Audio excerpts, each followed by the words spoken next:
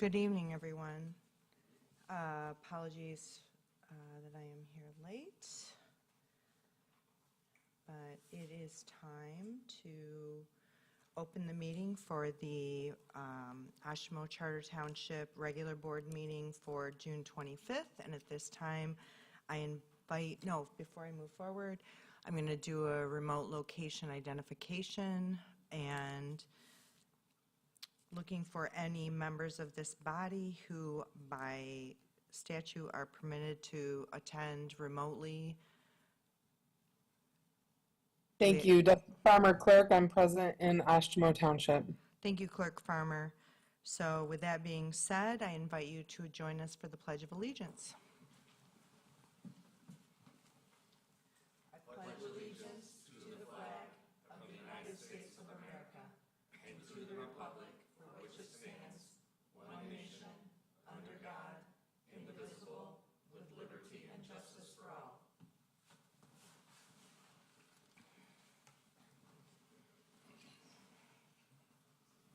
I know you're running late. Don't forget to remove the planning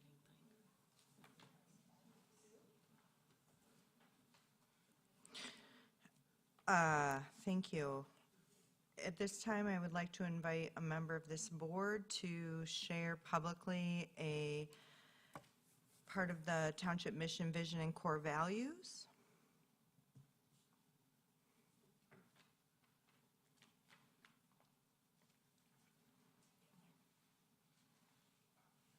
It's right in front of you.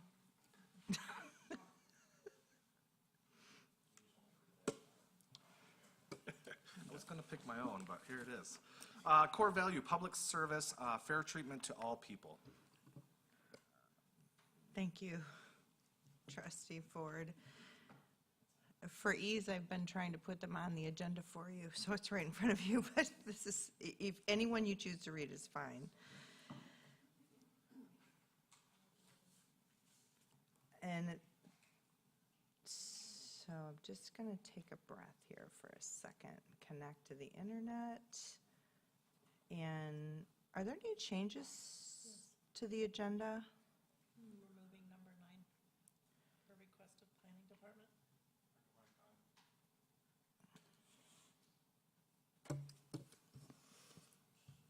There was a request to remove item 9 from the planning department director.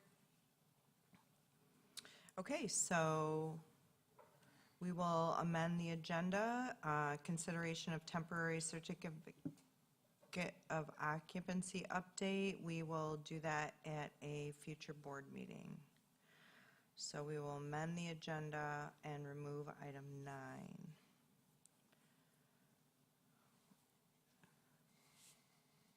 Next, do we have anyone here in the public wishing to make comment on any item that is not a part of the regular agenda? Do we have anyone online? No? Okay. So I will close public comment. And next, I will go to public official updates. Is there anyone here, a member of a public entity wishing to make an update? Seeing none, I will close the public official updates. Next, we move to the consent agenda, which would be the meeting minutes of the regular meeting June 11th and the budget meeting of June 12th, and also the June 2024 peer certificates of recognition.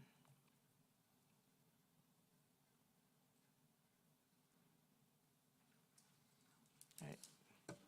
This is a consent agenda item for the board. I move to, Go ahead. I move to approve the consent agenda. Support. Motion by Trustee Chapman and a support by Trustee Sikora. I wasn't sure who did it first. All in favor say aye. Aye.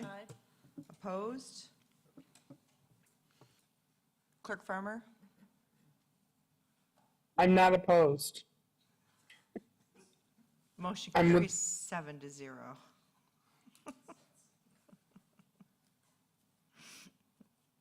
Outstanding. That moves us to item number 8, and I am very pleased to have our consultants from Progressive A&E here to do an update for the board. This is around our master planning project. Suzanne, John will help you. Oh, John is going to give us an update. Outstanding. It's already gone off the wheels, so why not? Which one is it? Township board update, right here at the tip top.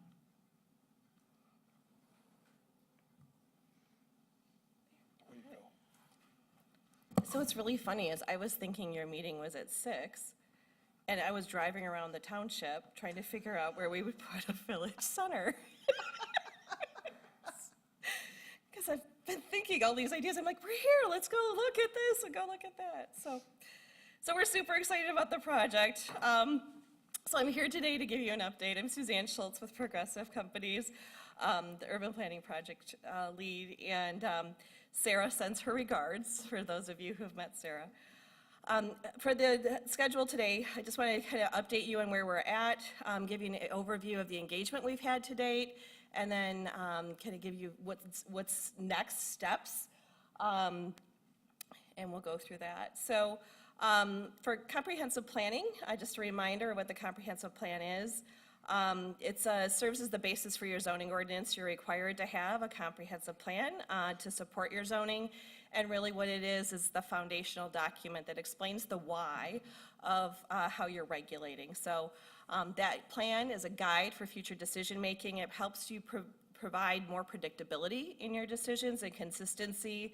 And it also ideally leverages the resources that you have and hopefully provides greater service to your residents more efficiently and effectively because you've thought about these things and you're being proactive.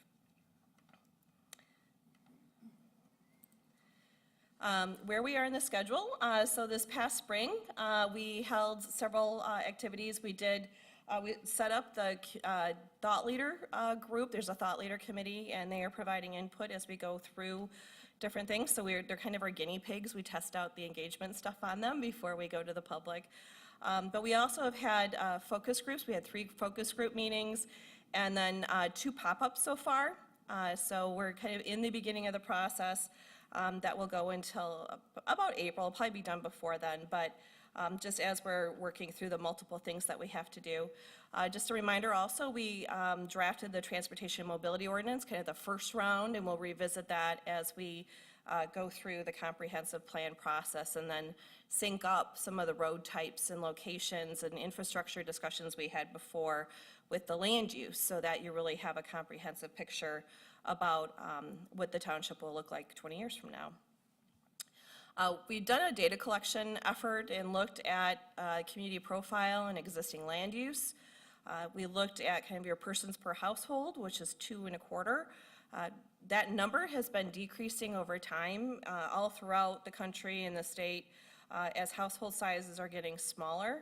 But what's interesting then is as household sizes decrease, housing demand increases because you have fewer people in a household, but now you have more households if your population has stayed the same or increased. And that's exactly what happened in the state of Michigan between 2010 and 2020. You have about 23,580 people living in the township, a lot of higher ed, kind of well-accomplished people with degrees, so you have a well-educated populace, which really speaks to how well people respond to community surveys and other things. I think you have that education level where people understand what you're asking. And 2/3 of your population would be considered to be white collar.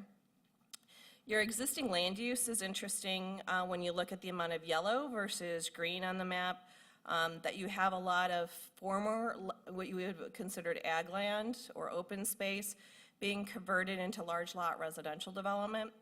And so although you have agricultural activities happening, you're also seeing changes in that regard. You also have some large areas of commercial development that have happened since your last master plan update, and that continues to grow.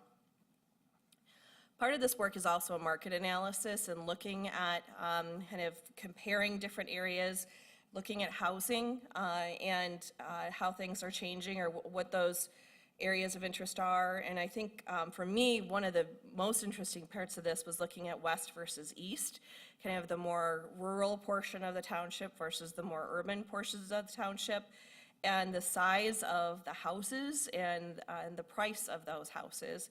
So if you look in the west, the average size is 4,155 square feet at a price of $800,000.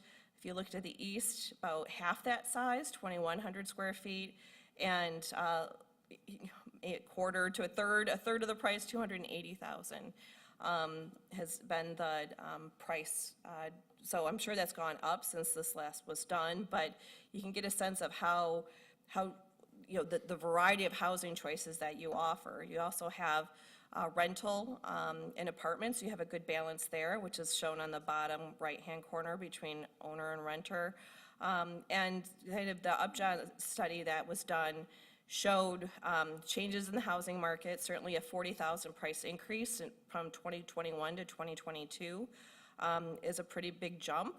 And then they showed a desire to own or rent for the following. So different housing types were also acknowledged, including medium apartment complexes, duplexes or triplexes, cottage courts. So the smaller, that in-between housing type, and we heard this too when we just had our community event, is that people are looking for that in-between housing. It's not a single-family home, but it's not a big apartment complex. Like this smaller scale residential living that provides them options that they don't have to maintain a yard.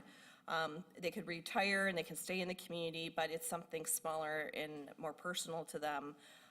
It was really kind of the housing types that people are most interested in going to, and is the area where you have the least amount of choice. You have one or the other extremes, but you don't really have a lot in the middle. So that was kind of the housing study supports that, as does the market analysis.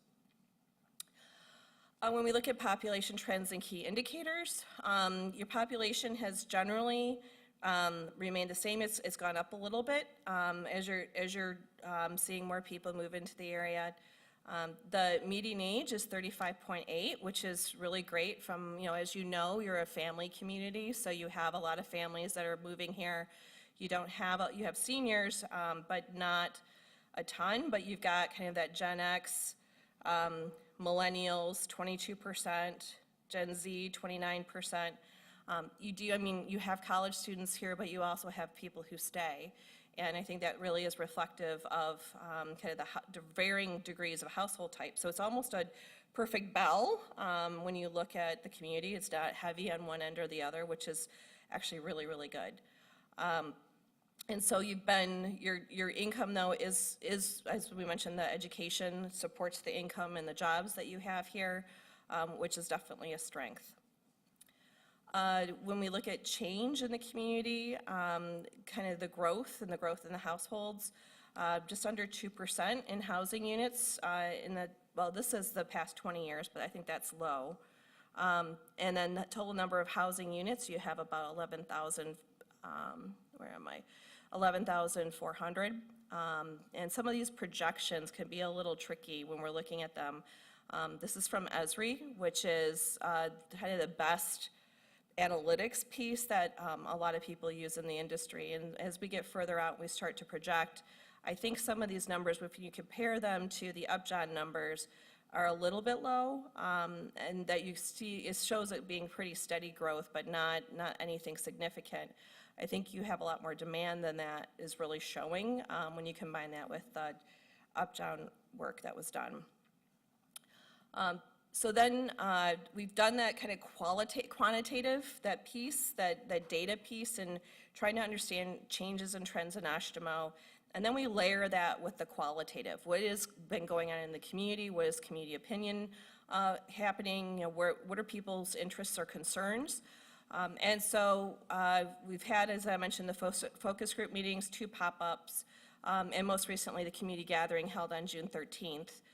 We're going to continue with other input, and you'll see that in the next steps. But we have a pop-up coming on July 14th and a community gathering in August again. So the cycle of how we do engagement is we collect the information from the public, we figure out what questions we're going to ask, collect the information from the public, take that information, kind of process it, and then come back to the community and ask, did we hear you correctly? And then we layer that with our professional expertise and say, well, what about this? And push them a little bit, ask for more refinement. They give us more input, and then we go through that cycle again. So that iterative cycle is built on trying to create trust in the community to make sure that we're on the right page. As we go through a process, sometimes we have to pivot because we may have had assumptions that are debunked, or we've thought it might be this way and the community says, nope, it's this, or their area of interest and their energy directs the process to go in a different direction. So we may say, well, we're talking about housing, and everybody says, well, no, it's really about transportation. So they're all both equally important, but some of those conversations might be different as we move through the process based on that input. So there were 3 focus group meetings that were held. One was DEI and A being access. So we had the disability community represented. And we asked them kind of what they need in the township and what they think would be effective. And we also asked each one of these groups to provide a vision for what they thought would be beneficial in Oshtemo. And so that's what you see on the right-hand side. And so the key takeaways that we had from the focus group for DEI and A was really kind of how do you create an inclusive community. There was a suggestion for a community council to be able to take those perspectives into account as policy is being made. The idea of different community events within the township, having multilingual invitations,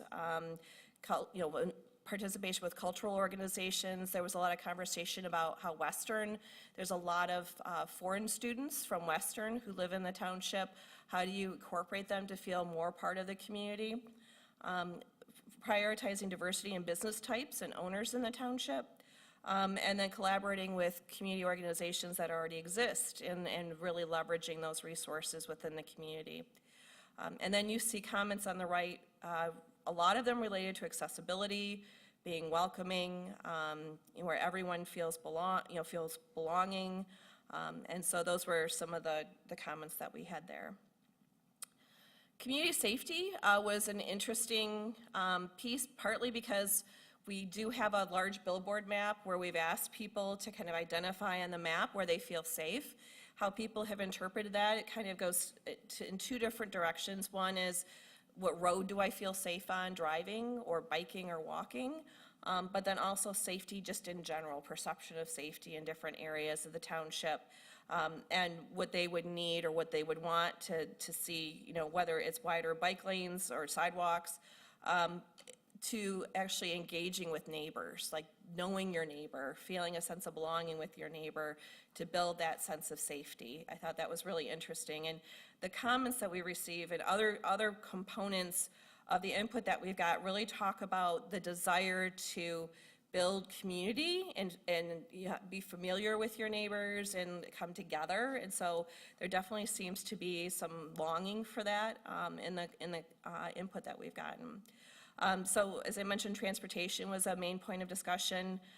Vehicle speeds, need for multimodal travel options, the importance of sidewalks. And we're trying to address that with the ordinance work that's already been done. Certainly there needs to be more. I know that you guys we're working on Atlantic Avenue together, and I just heard the stat that 3 Ks in 5 years. Ks in the transportation engineering world means 3 people died. 3 people in 5 years is horrible. And so how do we make our streets safer is really important. In general, Oshtemo Township residents feel safe, but again, it's that sense of belonging and connectedness that they're looking for. So kind of connectedness both in the network, in the safety of your transportation and having that be safe, but also among relationships.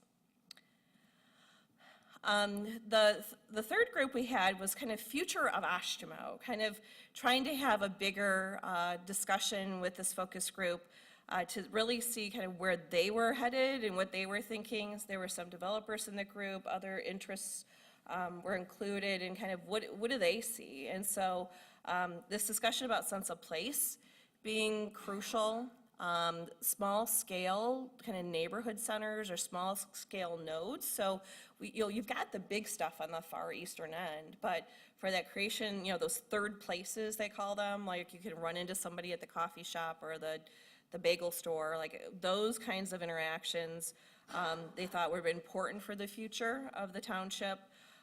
And really that, again, those connections. So it was pretty consistent what we heard in the focus groups between the three. But this idea of a hub, walkability, affordability, structured growth, and what that looks like, all came up as part of those discussions. It was interesting because transportation came up quite a bit in all three groups, whether it was accessibility in the transportation network, or feelings of safety on the road, or the need for walkability. So that was probably the strongest theme that we heard. Just some pictures from pop-ups. We had one on Shred Day, and then held one at the Wyatt. You can see Jody in there. So we had the big map that you see behind there. And one of the activities that we asked people to do, and it's a little bit hard to see on the screen, but you'll see a green line and a purple line. And the purple line is where people roughly think that development divide between urban and rural is today. And then the green is where it probably will be in the future. And so they all are different, which makes it super fun to figure out. And we also, in the developer group, we had, before our community event on the 14th, we also had a developer meeting and asked them to draw a map. And so the perspectives are really interesting, and we're going to get more into this conversation. So this is really kind of the launching point for a lot of the conversation next with the community and with you, is kind of, we can kind of draw it based on what we see today, but then what does that mean for the future? And for example, the drawing on the far left, sorts of tries to identify, there's a corridor that you have that runs all the way through, and one of the comments we've heard is, well, you have water utilities already that run out of there because you had the contamination. So is it a corridor approach? Like, do we think about that, but then on both sides it's flanked by rural? Like, how does that happen? Or how far to the west do you go with kind of that development edge, and where are those priority green space areas? So this will be, I think, certainly an engaging discussion with everybody. And I think we're going to end up, it'll be probably scenarios that we'll have people respond to, as far as this scenario would do this scenario would do that, this is what that means. And so we'll start to have it, because not one drawing is the same. Working with the focus groups, as well as the market analysis and the public feedback, these sheets are kind of a compilation of the strengths, weaknesses, opportunities, and challenges that we heard. So again, the strengths, sense of belonging and connection with neighbors plays a large role in the levels of safety felt here. We had a number of comments that said we don't need everything that Kalamazoo has. We like being a smaller place, so we don't need everything. We can go there and get that if that's what we're looking for, but we also want to have kind of a unique identity. Parks and trails, the green space came up consistently. Music in the park, dump day, the newsletter, those types of things, the communication aspects was appreciated by the public. And then in interviewing the developers, they felt like the addition with Jody coming on and Sherry, as your township supervisor, were really helping to build a better reputation for development in Oshtemo. One thing that we heard consistently from the development community as we've talked to them is that Oshtemo is not a desirable place to do business. They don't feel like they're welcome, and that that it's just really hard to get things done. And so they're hoping that will be easier. They view it more as they want a partnership, I think, with the township, and they haven't felt like that's the case. So one example from a realtor that was provided to us was, she said, by the time we get somebody signed up and we're trying to go through due diligence, we can't get through due diligence and trying to get zoning approvals or anything else before the money has to become hard, which means that the person who's trying to buy the property or develop the property has to put hard cash down. to be able to continue to hold the property for their interest. But they can't, so then they have a choice. Do I try to make it work and get those approvals, but I've already put hard money down to do that, or do I not put my money down and I walk away from the deal? And they said that happens quite often. So that was not a strength, but that was the comment I'm just kind of playing off, is that they're saying that there is a excitement about potential change, and hoping for something more like a partnership to figure out good development in the township. Weaknesses, this idea of access to opportunities, both for transportation, but just to be able to get to the amenities that are important to them. That was something that we heard for the focus groups. The public said lack of consistent sidewalks, speed on neighborhood streets, services that seem to disproportionately fall on the individual. So I think some of them might have been used to living in cities versus townships. You sometimes hear that. Again, comments by the developer group about concerns about the village district, and then coordination between departments. Opportunities, the focus group said, they were really excited about, looking at diversity in housing and people, thinking about, is there a downtown area, a village area that people could become, closer together, relationship with promoting community members and nurturing those relationships. Public feedback focused on, again, the communication about community events. So I think your hiring with Kyle is really great, because you're getting some of that public feedback about that. More community events, more activity. So they're, again, looking for those gathering places. So that was opportunities for improvement. And then challenges, this recognition that, you're growing, and how do you maintain character? And what is that, we don't want an us against them kind of thing, so how does that work?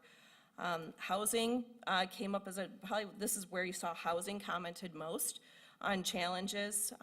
And then for the developers and the market research, they were talking about kind of the roads, and how the roads function, and whether or not it really aligns with the kind of development that they're looking to do. So that was the focus groups and the interviews and all that. And so then we took all that information and kind of framed it for the community gathering that should take place on the 13th. And we had 5 stations. We had a passport, which you see on the right-hand side. And we asked people to look over some of the data that I shared with you. And then asked them to fill out some cards about where is Oshtemo headed, and what's the identity of Oshtemo. And then what's your vision for Oshtemo's future? We had like a Mad Libs exercise. I'll show you a picture. And then proposing Oshtemo place types. We've had a lot of discussions about place types, and I'll expand on that a little bit. And then transportation. Where do people feel safe going and not? And so when we asked for people, where's Oshtemo headed? Participants said that they want a balanced community. Balance came up a lot as far as language. Provides quality living, recreation and parks were important.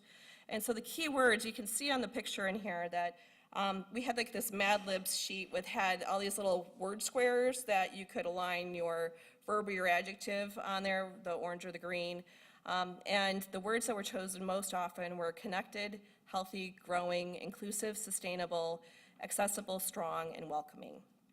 And so we'll be testing those words. We'll recraft a vision statement, and we'll test those words with people and see what resonates now. The place types was another station, and what we did with the place types is we identified regional commercial areas, neighborhood commercial, kind of the smaller scale where you might have more locally owned businesses, similar to what you've envisioned by Stadium and 9th. And then for residential, we had neighborhoods, so kind of your subdivision types, and then single lot residential, which is more of your large lot residential you typically see on the the west side of the township. We also identified and had feedback from people that they'd like to see an industrial district as a special district, and then mixed use. And so it might be a matter of reframing the commercial to mixed use, or how we want to do that. So we kind of said, well, here's some different types of places to think about. And where we take that in the future is we'll continue to refine these place types, what we do with those then is then we can align street types, streets, the kind of street that you want, whether it's a collector or arterial or local street, with the context of each one of those places and what's appropriate. And then along with that, densities, building height, how all of those things work together. So that when we talk about identity in Oshtemo, which has been kind of one of those recurring themes we've heard, is then if it's an apple or an orange, right? It's not this mismatch of, well, we'll do rural development, but we're gonna have, it's on it's on an acre lot, and it has this mix of other things that maybe that's not truly identifiable, whether or not you want to have like a natural edge along the road, and we need to preserve a natural edge in the more rural portions of the township, versus you're expecting sidewalks and street trees in the more urban portions or neighborhood portions. And figuring out that language, what we call these, how we describe them, what you have when you hear that word in your mind, and you can go, oh, well, that's that kind of neighborhood, or that's this kind of place. We want to provide some clarity for you on what that means. And then it also then corresponds to the development community. It's a statement of your expectations for the kind of development that you're looking for. So, and talking to the community about that and having the community educated about what that means is really important for the next steps afterwards as far as your zoning plan goes and any changes you'd want to make to your ordinance. So we're going to be focusing a lot on place types in the future. And then the last activity we had was transportation, and I think this is Anna's favorite. It's pretty funny, actually. It wasn't staged, honestly. It's what mode do you currently use? So you'll see everybody said cars, and what would you like to use? And no one said cars, and everybody said all the other modes. So it was not rigged. That's just what happened. People, we asked where they feel safe. They identified in their neighborhoods near Flesher Field and near the Oshtemo Township offices and park. Where people feel unsafe traveling as near Drake and WKL Avenue on Stadium near Quail Run, and at 9th and West Main Street intersection, which that's not a surprise, right? I just said there was 3 fatalities there. So that's where we're at. So I'm gonna cut short we're gonna have you do 2 activities. I'll just hand out the identity cards. I think, Josue, you have those? You have? I have them here. Okay, he's gonna hand them out to you. And we'll have you guys just fill them out when you have time, and if you can hand them back to Sherry, we can collect them in the future. So the next steps, we have the July 14th, we have the pop-up event at Music in the Park at Flesher Field.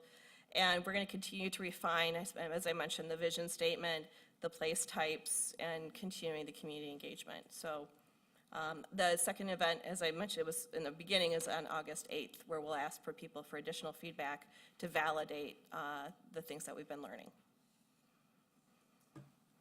Thank you, Suzanne. Yeah. Whew, gotta take a breath for a second, right?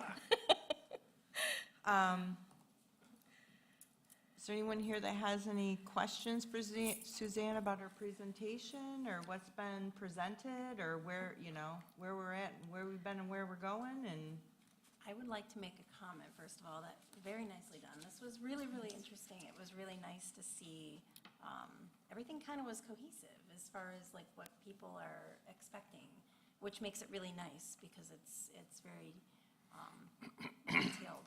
I'm wondering, did you find anything when you drove around today for our hub? I don't even know if I want to say it out loud because people might think I'm crazy, but I'm really intrigued by the township hall, the park, and the library as like the center of the community. And how do you really embrace that? And I think the struggle we've had in the back of our heads is you did the work on the village stuff at 9th and Stadium. But those roads aren't going to change because there's just too much traffic.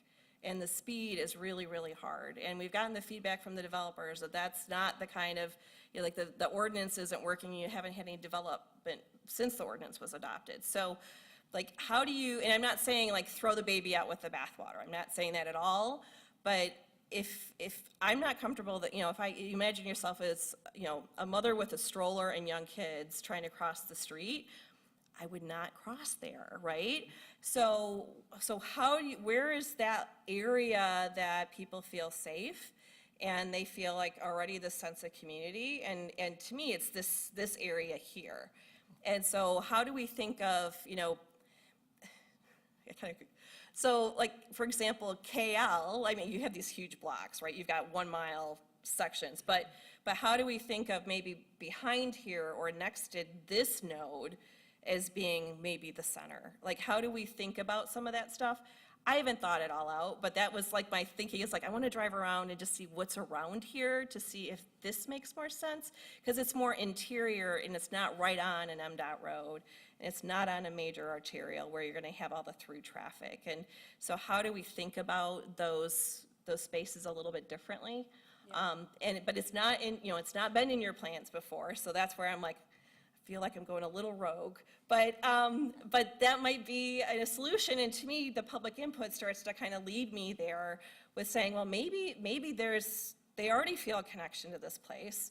Then how do we just kind of emphasize that more and then figure out what to do with it? Well, yeah, no, that's interesting for sure. And, I mean, we've already got a really great township park here Yeah. and a little-known Oshtemo secret in Lillian Arboretum, because I didn't know, I've lived here for decades, and I did not know until, thankfully, my kids were little, that Lillian Anderson Arboretum was out there, and it is a gem. There's not a lot of people out there, which it's just like this really nice, untouched piece of nature that people really enjoy, but I don't think a lot of people know about it. Right.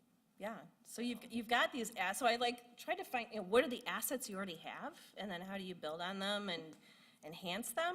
And it just seems like this is a node they're already recognizing. So how do we really, maybe that's part of it. I mean, if we're hearing community gathering and we're hearing connectedness, and you already have that with the library and the hall and the park, and so you've got something to build off of. And so, you know, it's, you know, just trying to think through, like, what are those opportunities? So I think that you'll probably get some of those crazy ideas as we move along.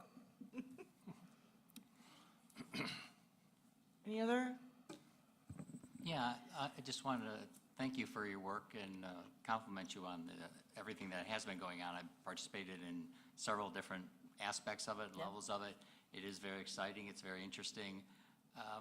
Just and kind of along the line of, you know, not that I'm throwing this out as a suggestion or anything, but the idea of what would be the center or the hub or whatever.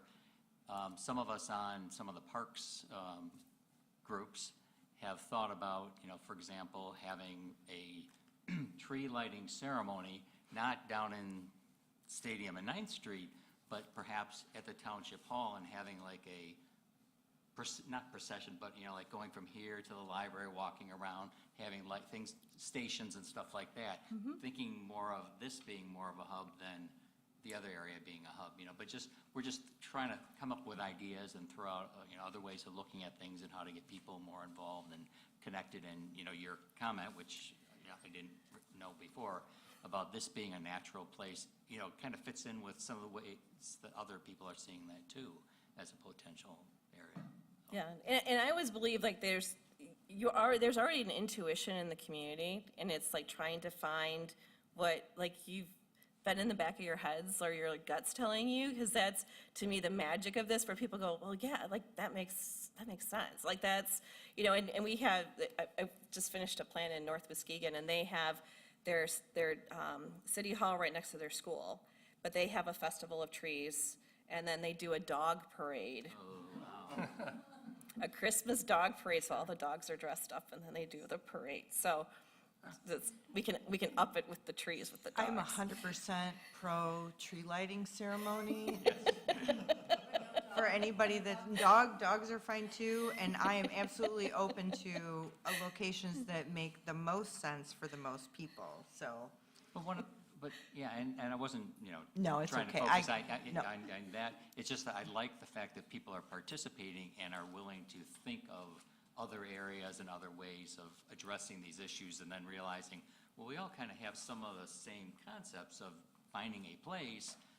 Maybe there's another place. Let's think, let's feel comfortable enough to have that discussion and be involved. And I think that's one of the things that I've enjoyed about the whole process so far, I think. Great, very good. Looks like we have Clerk Farmer online.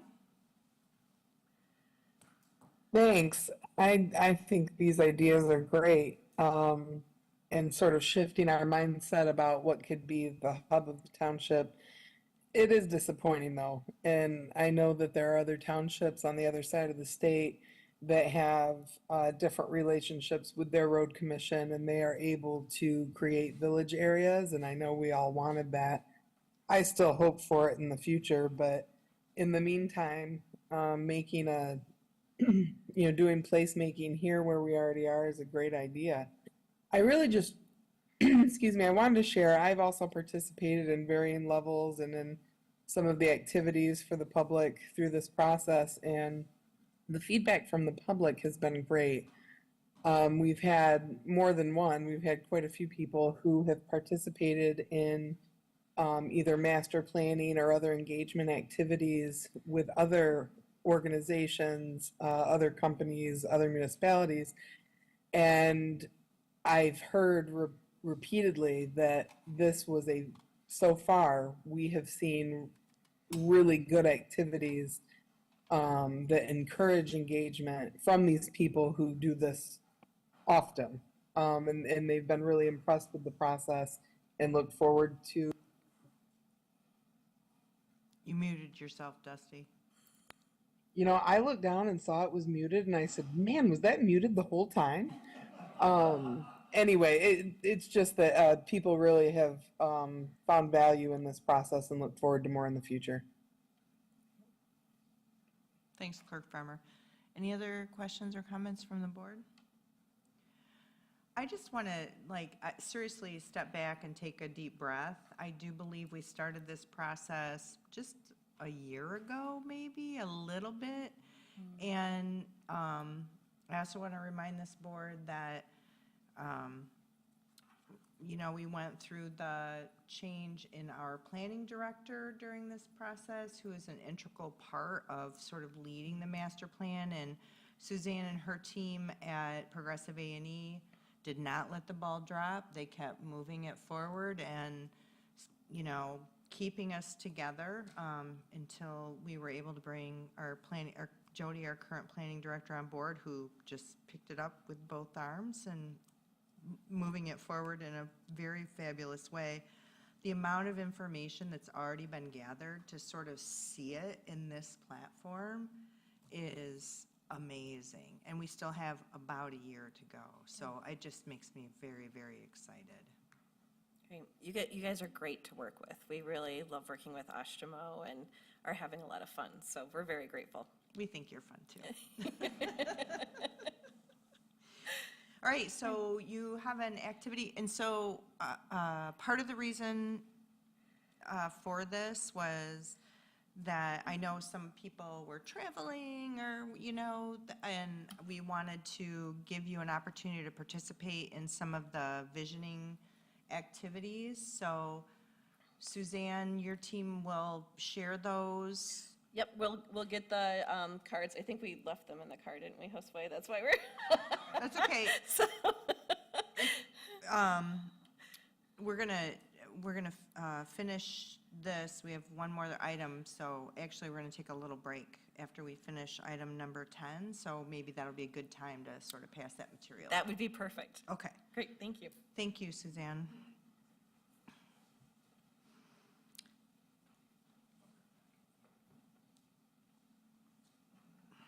All right, next we will move on to, thank you, Suzanne, and your team at Progressive A&E. Really learning a lot about where we are and where we could be headed. Next, we have item 10, consideration of Westport Village Phase 3 preliminary steps plan approval. Director Staforia, if you'd like to lead us into this discussion? Yes, thank you. And just kudos to you, Supervisor Bell, and Public Works Director Horner. That's why the ball didn't get dropped, because of your commitment to the master plan process while the director position was vacant. Okay, so today, Westport Village, which I remember working on before I had children, and now they're in college, but it was in the early 2000s that this project first came to the township through the PUD provisions in the zoning ordinance. And if you're not familiar, Westport Village is on the south side of H Avenue between Drake and US 131. And originally it was going to be a bunch more of a traditional condominium development. And then the market warranted creating site condominium development, so people didn't have to share a common wall. It turned out to be unpopular with the market they were attracting at the time. So it went through a lot of revisions over the years, which could be part of the reason that we're only on phase 3. But what the applicant is asking for is step 1 approval and step 2 approval for phase 3, which is outlined in blue on the screen. Everything to the west of that, except for this really southern area down here. I guess you can't see that. That's phase 4 at the bottom of the screen, but to the left, which is the west, is phases 1 and 2, which are nearly complete.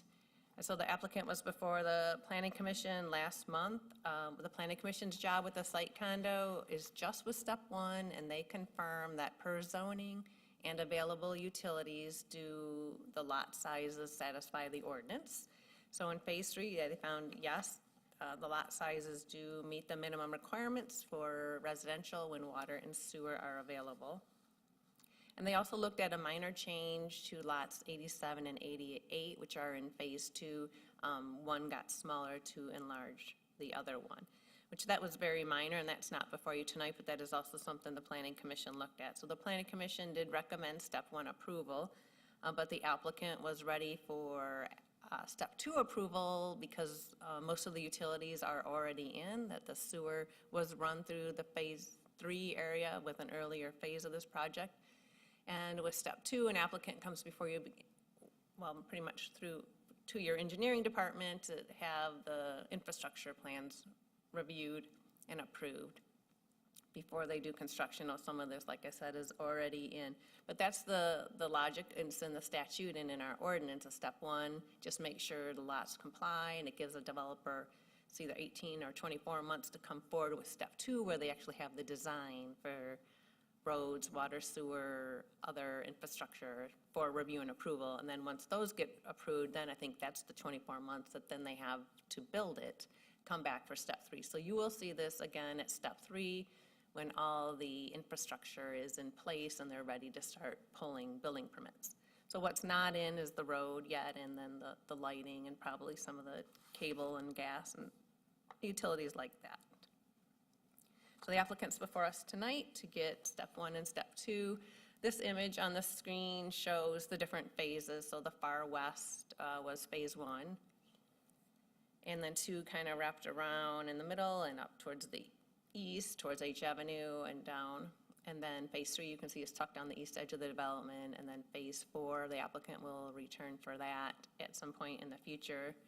With earlier phases, non-motorized was required in front of each dwelling unit. There's been some adjustments or relief given from what the ordinance would currently require for sidewalk in front of a development, and the Planning Commission gave approval many years ago to allow sidewalk just on one side of the street in this neighborhood, and it made sense to allow just the balance of the project to build out like the first couple of phases. So that was the Planning Commission's approval back in the day.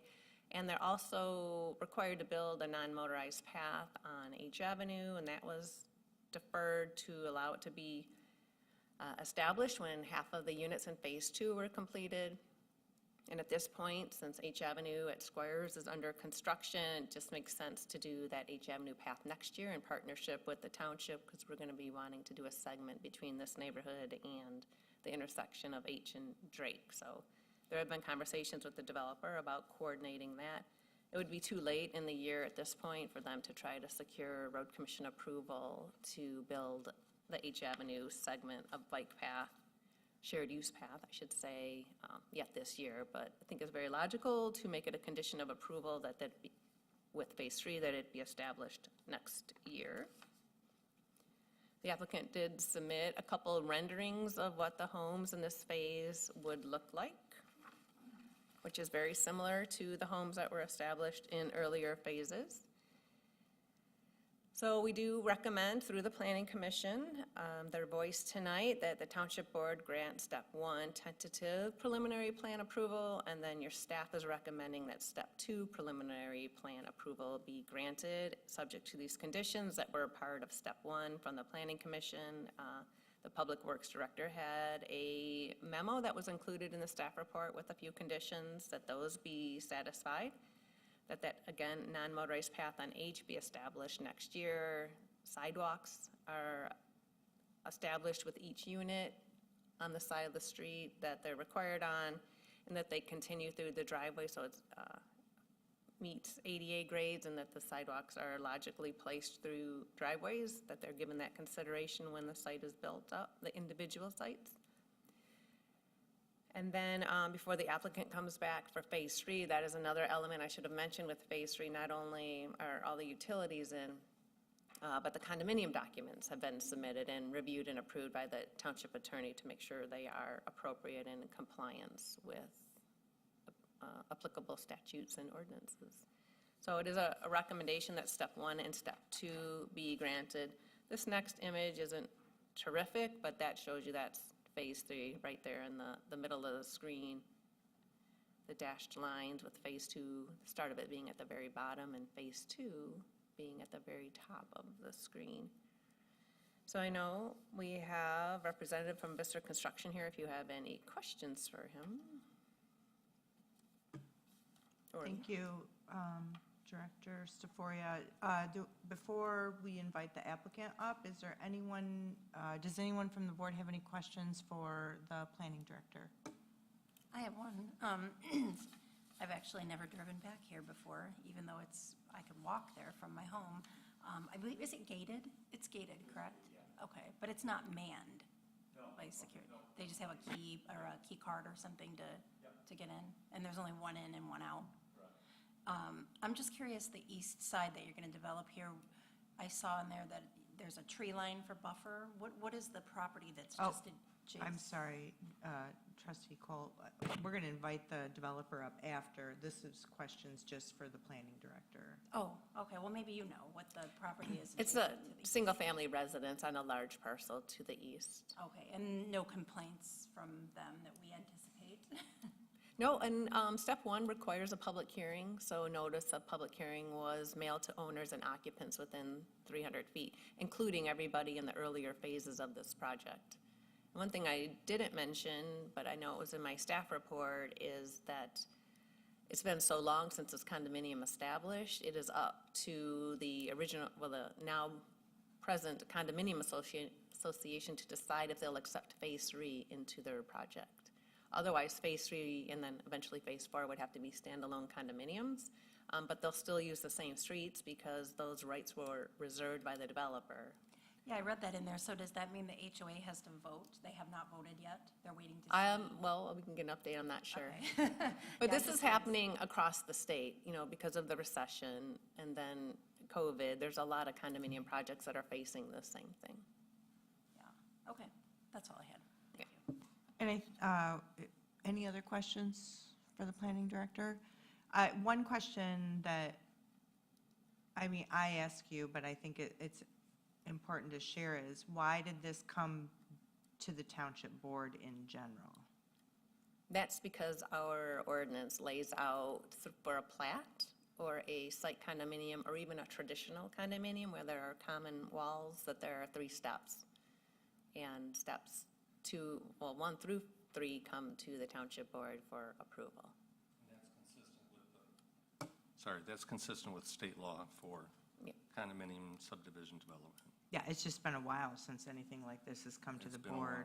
Yeah, so, Well, you'll be seeing Step 2 of Westport Ridge right across the street probably next month. okay, oh, well, I hear it's getting busy around here. All right. Is there any other questions for the planning director? All right, thank you, Jody. At this time, if you wish, I'd like to invite the applicant to come share any additional information with the board.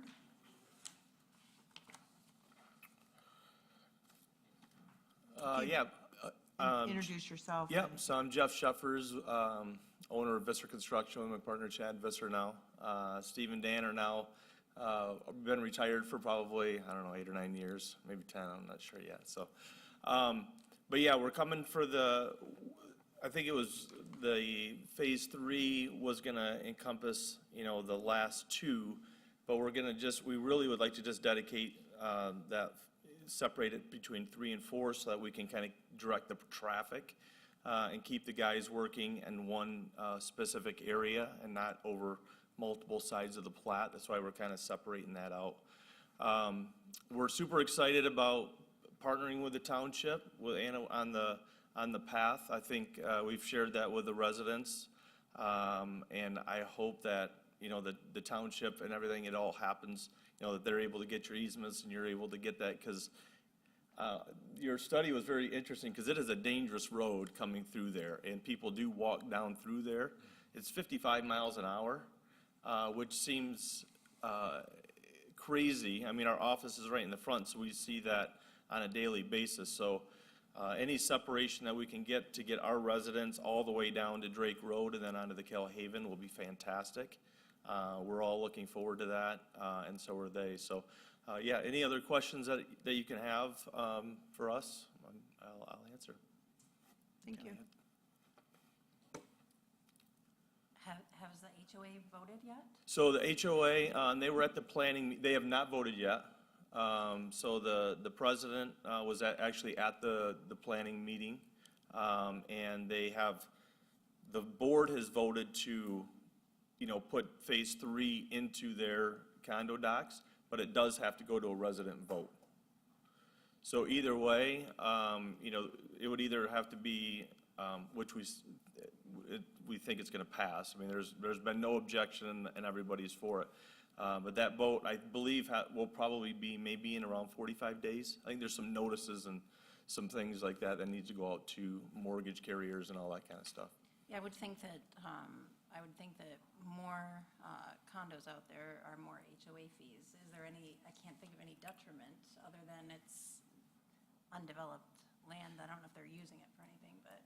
Yeah, no, it's really it's a law, right? So if it goes beyond 6 years, any development goes beyond 6 years, the board has to vote to allow that. Now, I allow it to be into their condo docs. We would still, if they said that if they voted it down, we would still do a Westport Village. It'd be a separate board with exactly the, yeah, which, Okay, right. interesting. Yep. It gives them a little bit of control because, some, developments do go longer than 6 years. All right, and I have one more question. This is a little off topic, but I'm going to ask if you know it anyways, because I'm curious. When we're talking about neighborhood safety and the uptick in larcenies from vehicles, particularly people coming in on foot into neighborhoods out in that specific area, I'm wondering with you guys, with not you guys, but your development here being gated, have your residents there still seen that type of crime? The one thing that they do have a policy that they can't park in the driveway overnight. And I know that that's been a comment. They've worked with officers from Oshtemo. They've invited them in. So they feel like maybe that has something to do with, maybe some people not coming in. The gate definitely, I think, helps. There have been very limited, a couple of cases that I can think of over the years where somebody has wandered in. But to your point, I think the community now there's probably 85 to 90 residents, and so they're in pretty good communication. That's helpful. And so the board and it's a really great community that I would say that they really do help each other and look out for each other. Yeah, it's interesting. I had no idea there were that many, Yeah. that many units back there. The one comment too, is that there is a buffer around the whole development. So I think it's 10 to 15 foot of an easement beyond people's lots, like on the very east side, and that is a tree line that goes all the way around there. The only thing that they ever do in there is, if one, is going towards a house or something like that, but there's a really good buffer around the whole development. That's all I had. Any other questions from the board for the applicant? All right. Thank you so much. Yeah, thank you. Is there anyone in the present wishing to make a comment regarding agenda item number 10? No public comment? I'll close public comment, move into board deliberation. Any conversation on this item? If no, I will make a motion if we're ready for it. Anybody? Okay. I'll make a motion to grant step 1 tentative preliminary plan and step 2 preliminary plan approval for phase 3 of the Westport Village site condominium and amendment of the lot lines for units 87 and 88 in phase 2, subject to the conditions imposed by the Planning Commission with step 1 approval. Support. Pardon me, a motion by trustee Cole and support by trustee Chapman. Any discussion on the motion? All in favor say aye. Aye. Clerk Farmer? Aye. Opposed? Motion carries 7-0. All right, congratulations, good luck. Mhm.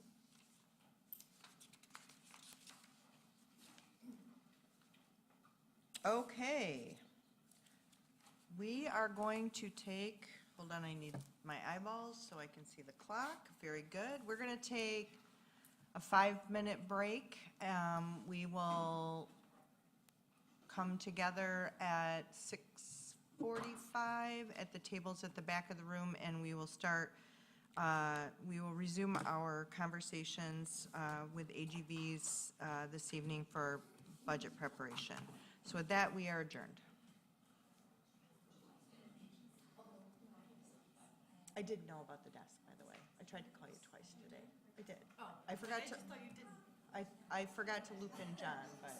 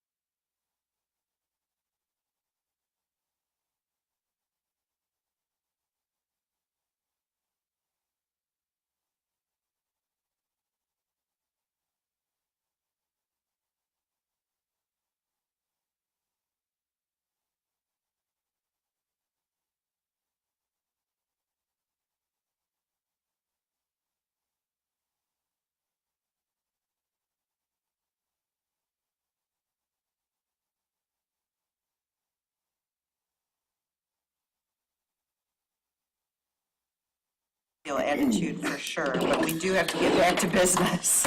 Are we ready, John and Kenji?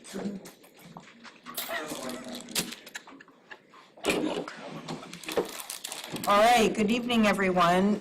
I will reconvene this meeting at 6:50. And first, before we move into the accomplishments, goals, and visions, I'd like to reintroduce Suzanne, and she's going to sort of describe the activity that's related to the master plan that's in front of you. Hello again. There's a mic right above you. So the card in front of you, we got some really, really great responses when we asked the community to do this a couple of weeks ago. And so we thought we'd share it with you. And it does tie into what is Oshtemo's identity. That's one of those things that we keep hearing about, is like, what are we?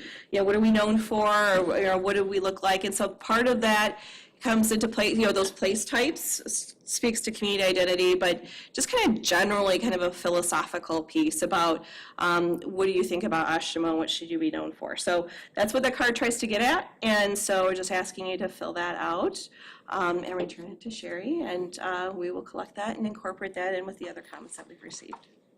Oh, geez. Oh. A student, I guess. Thank you. So you can, thank you, Suzanne. This is one of the activities from the community visioning session.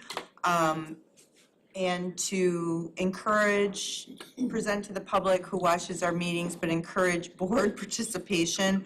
We're going to be bringing these activities to our board meetings kind of one at a time to just, just show people it's not that hard to participate. And so thank you, Suzanne, and for all the tools. Progressive was kind enough to let Jody and I steal just about everything they brought down for us to use. So I'll gather this information and we'll ship it off to Sarah. That's great. Thank you so much. And we'll have the, I don't know if all of you have seen the big vinyl billboard map yet, but we'll pull that out too for next time. Okay, Cool great. stuff. Thank you so much. Suzanne. Thank you for coming down. All right. Next, we are going to do the continuation of the budget kickoffs. And tonight, we will be hearing from our planning department and our public works department. Are we flipping a coin to see who goes first here? I'm gonna let Jody do the honors. All three am I? I don't hear it. You just set the bar too high, I'm gonna start.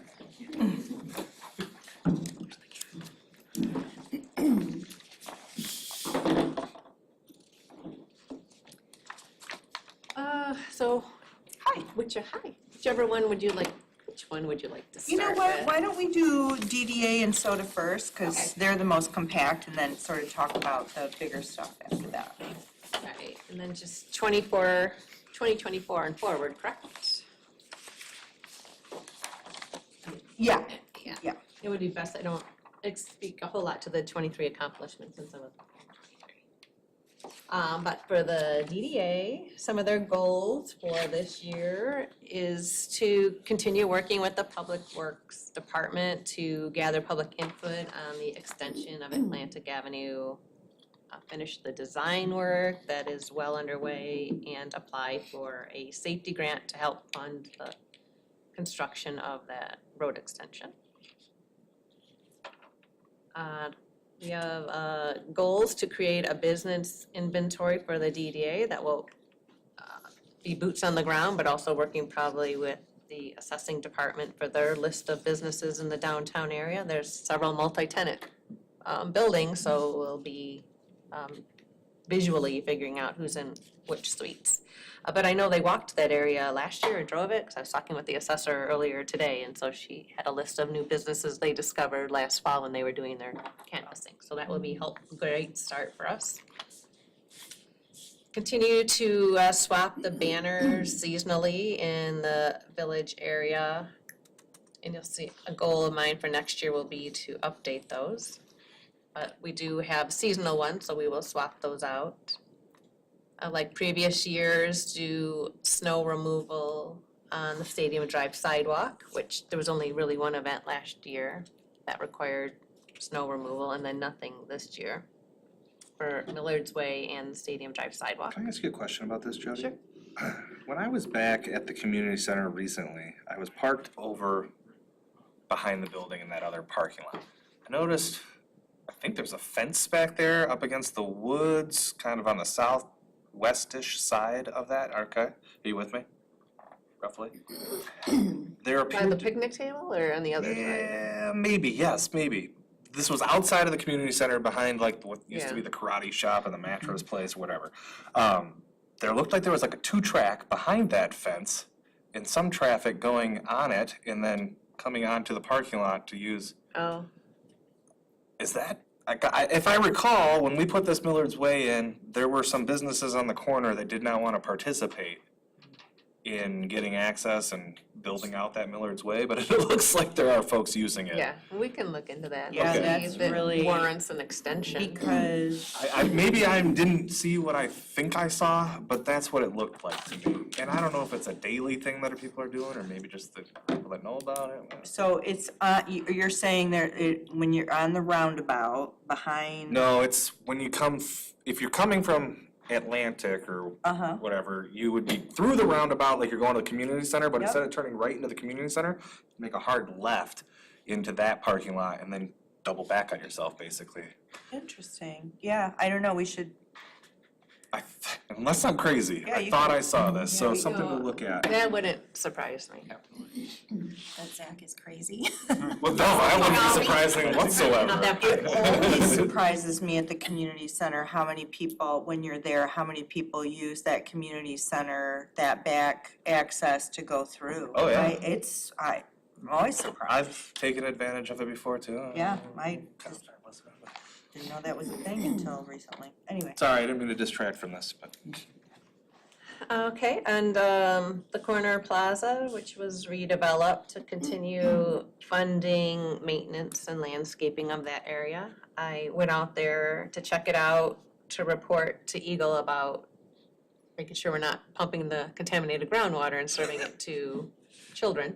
So I was just, but I found a good part of it flooded, so then I don't know if we have a broken sprinkler head or sprinkler line that's got a leak, but it's pretty soggy in some spots and standing water in others, and that was before today's rain, so I keep reaching out to S&T to ask, one, what is the sprinkling schedule? Maybe we're sprinkling just too much, or what is the schedule? Because I want to go out there and observe, or ask our maintenance team to go out there and observe, like, is there a broken sprinkler head, or why is it so wet?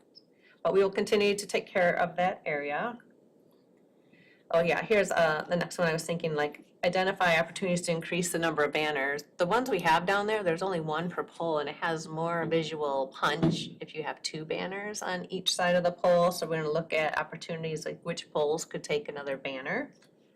If there isn't a guide wire or some other obstruction that would prevent putting another set of brackets on there. And then the banners, they were pretty worn when I saw them, and faded when I saw them go up earlier this year, the spring, summer one. So I'm gonna look into replacing those, and which rolls into the next one is like maybe work with the DDA board to come up with a new logo, a new artwork to place on these banners, new language on the banners.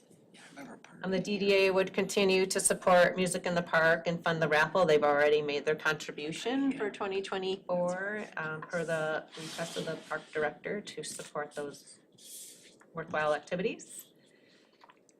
This one's a new one, but a goal is to support the extension of sanitary sewer in Chime Street and the potential realignment of Erie. And I don't know that I mean support financially. I think I might, in this instance, mean support emotionally, morally.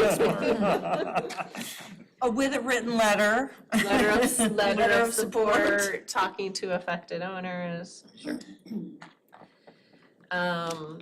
Well, the snow removal along Millard's Way, we need to develop a cost-sharing agreement. Apparently, there was more of a gentleman's agreement. We can't find an executed one from when that was built. But one year, one business was billed and they contributed, and another year, another business abutting contributed, but we need a formal agreement, so let's formalize that. So who pays for snow removal?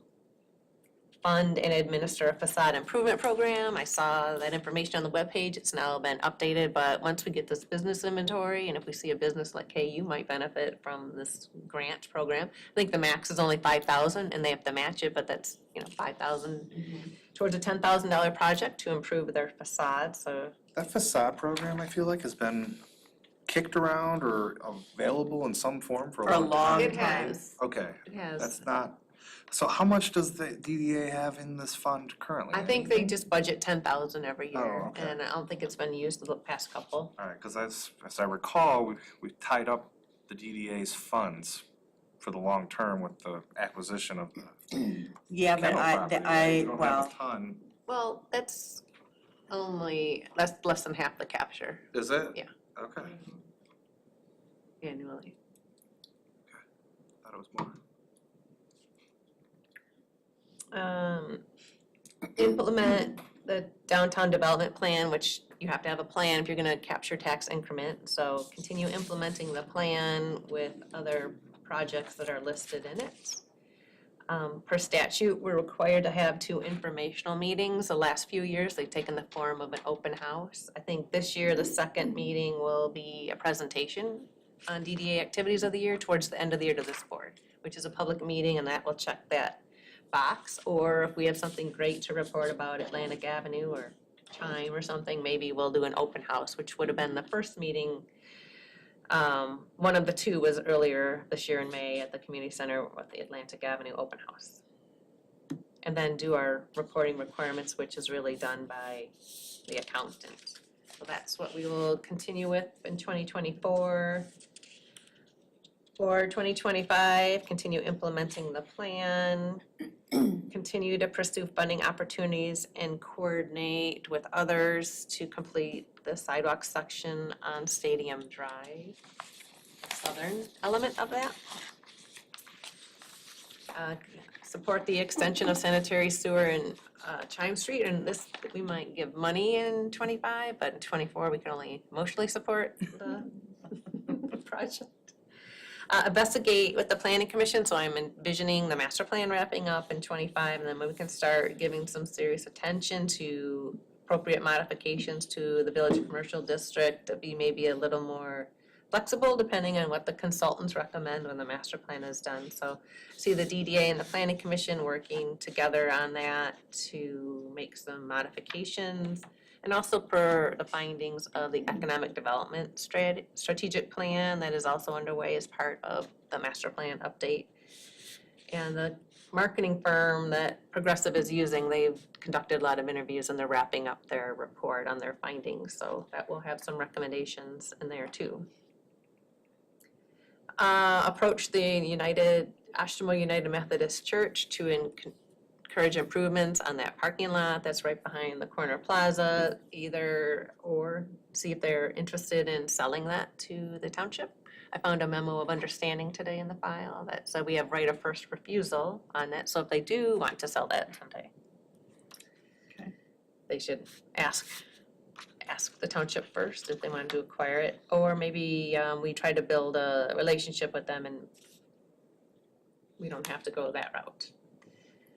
Expand the number of and refresh the faded banners, continue their seasonal rotation, continue to build relationships with the business owners in the village, coordinate with the Friends of the Park to hold a tree lighting ceremony at Fletcher Field, but now I hear it's gonna be here and there's gonna be a series of trees and dogs in costume, but still have a goal. Where was it? Yeah, that kind of derailed the whole thing, didn't it? Yeah. it's all your fault, Neil. Fund and administer the facade improvement program. Continue funding sidewalk snow removal for Stadium Drive and maintenance.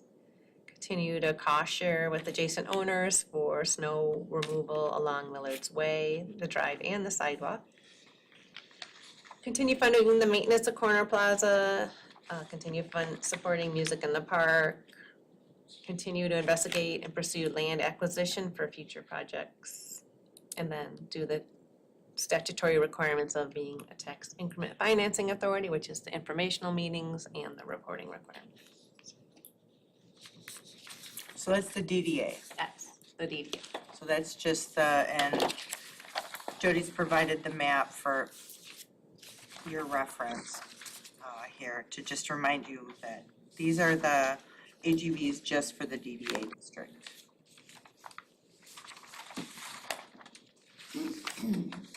I think one thing we need to remember to work on is we need another member of the DDA, don't we? Don't we have an open seat on the DDA board? Yes, but we have the resident member. At first I thought we needed it to be a resident member, but we have one. So are we good We there? still need a member. We need a member. Usually that needs to go here.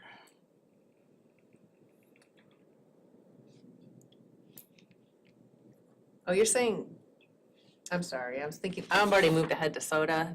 No, we do need a resident member of the DDA. We need a resident member for the We have a DDA. soda resident member. Okay. Okay. And they need to live in the DDA. They have to live in the DDA area, yeah, district. in the captured area. Okay.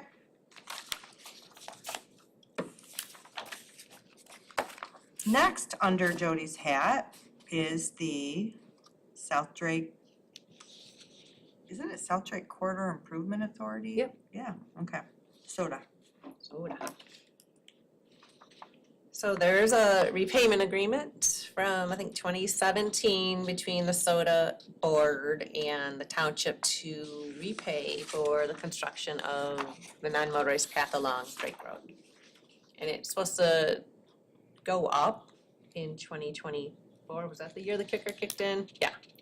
And it's, 25, it jumps to 70,000. It was supposed to be 60,000 in 2024, but the budget only, SOTA budget that was adopted a year ago only had 30,000 towards this.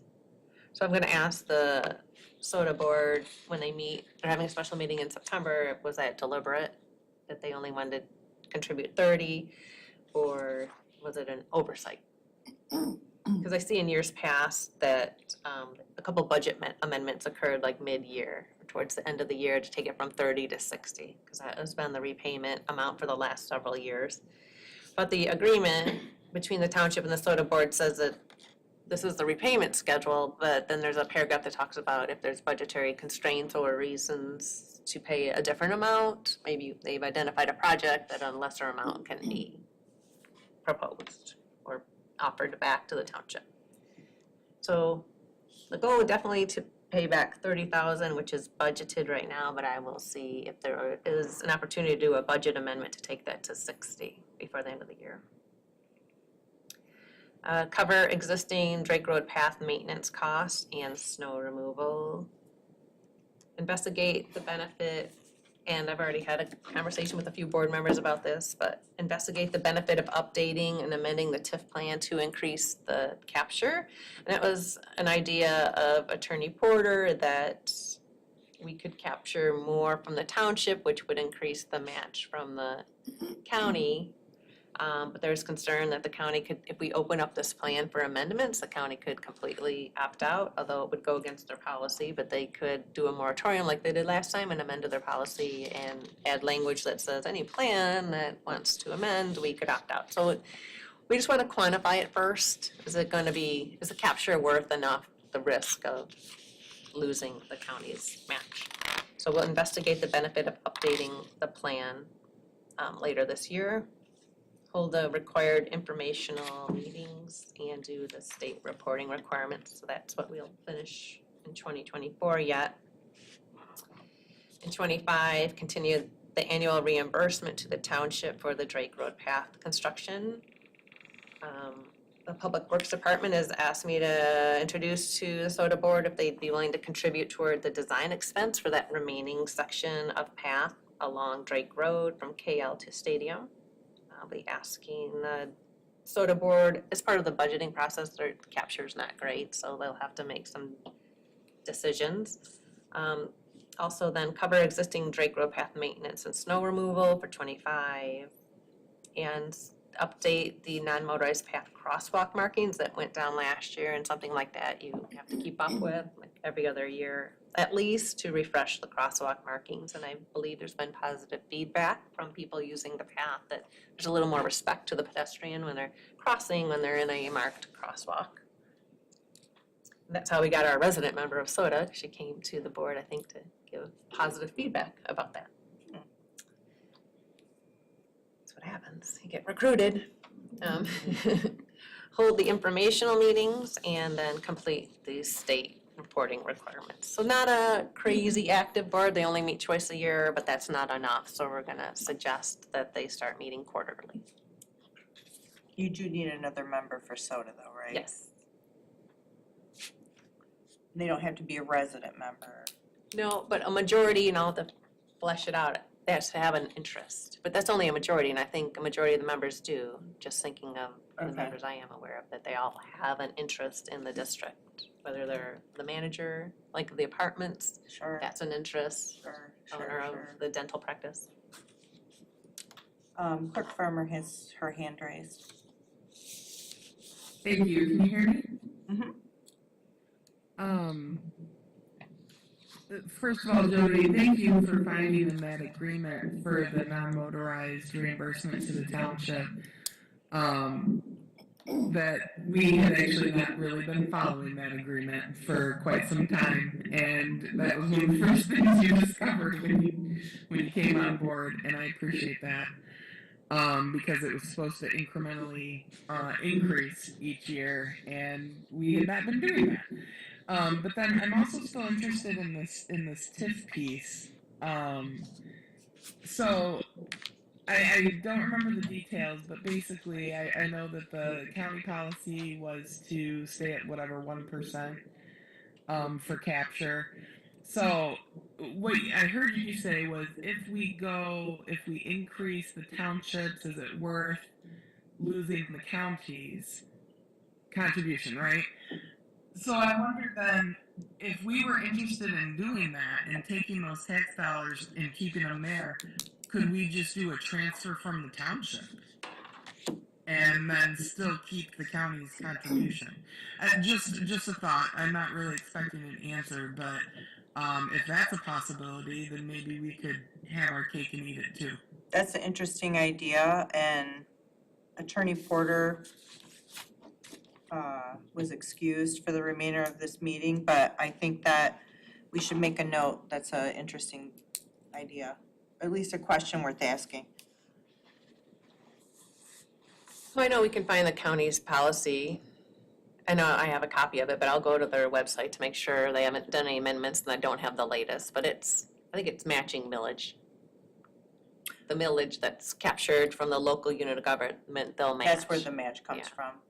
Okay. But I'll double check. I believe it's double. Yeah, they'll give you, maybe that's the 1 mil and There's a then, formula to it and it yeah, works out there's a close to double. formula.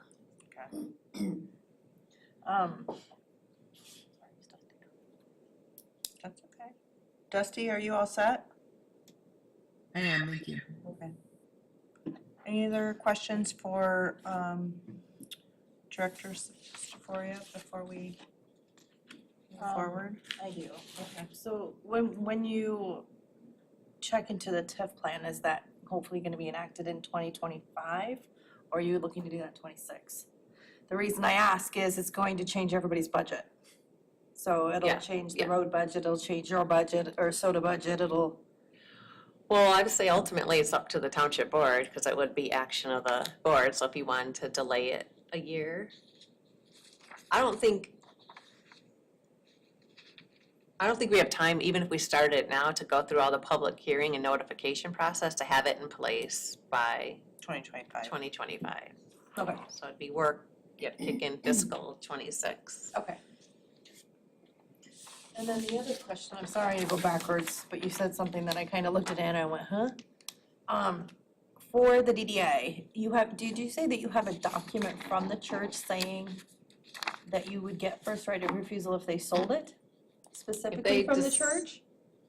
Yeah, it was signed by various parties at the time, that we were acquiring the property from Citgo and Okay. demoing the car wash. It just threw me for a loop because first right of refusal is generally if somebody's 3 years past due on their taxes and the county sells their property, and I'm like, oh, I hope she's not confused on something. So I just wanted to double check on Well, that. and if they, Oh, it's a real estate thing. Yeah. well, no, I'm confused. I know what I read, but maybe I was like hopeful reading. No, that sounds accurate. Yeah, no, that terminology is correct. I would just cross my fingers and toes that we could extend our gateway right there and make that. It's where my tree lighting, This will be our May 1st one. it might be where the tree lighting ends up, Neil, you better watch yourself. It's where you take the cats that are in costume. Oh, that's right. Tunnel. That's where the cat parade will be. All right, Yeah, zip line over that. so in addition to those extra jobs in her job, so do you want to present your, like, Sure. Well, as you heard earlier, 2024 goal is to dive in and develop the relationship to work closely with the planning consultant on the master plan, and that is well underway. Improve the development processes and address identified deficiencies, including site plan review requirements, which we made, some of the changes just to the online information was asking for multiple hard copies of plans, and those get very expensive, and we don't really want hard copies anymore unless it's a complicated project, and then maybe we want to roll them out. But these young people are really good at looking at stuff online and don't need a hard copy, so why are we asking for them? So that's one thing we've already done, but there's more to be done.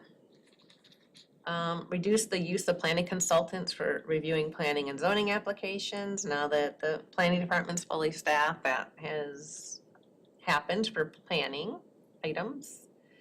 Work with other departments to update the temporary certificate of occupancy process. That was on your agenda tonight, but the Public Works Director, the Township Attorney, and I met this morning based on questions that Supervisor Bell raised last week, and we realized there just needs to be some more clarification. Like what we're really trying to accomplish, the language wasn't really clear on. So rather than discuss it tonight and get everybody confused, we thought we'd just take it off the agenda and give you a red line version, when we bring it back. So that, look forward to that in July. Work with the Public Works Director and the Supervisor to coordinate with Kalamazoo Public Schools on the extension of sewer in Chime for the redevelopment of that property that Kalamazoo Schools owns. Work with the consultant on the transportation and mobility ordinance and lift private street moratorium. That has been accomplished. Assist the DDA, Public Works, and consultants in implementing the Atlantic Avenue Extension Project. We have a meeting tomorrow with the, what's the name of that? Stakeholder group on that. is it tomorrow or Thursday? Tomorrow. Okay. Work with Public Works, Legal, and Supervisor to secure Seco Drive extension opportunity, anything the planning department can do, which will be helping envision scenarios or what can happen off of that street extension, how we can work with potential future developers to accommodate that through the site plan review process. We're happy to do in planning department. Yesterday I was officially able to click submit for the $50,000 grant ask for housing readiness incentive from MISTA that you gave me approval to apply for a couple months ago. So that would be updating the zoning ordinance based on the master plan work, but the housing plan also. And maybe through that process, which the housing plan calls for, it's creating a guidebook. So maybe if you want to encourage small builders, you say, here's the guidebook, so they don't have that great expense of envisioning what home would fit on what lot and getting all those plans together.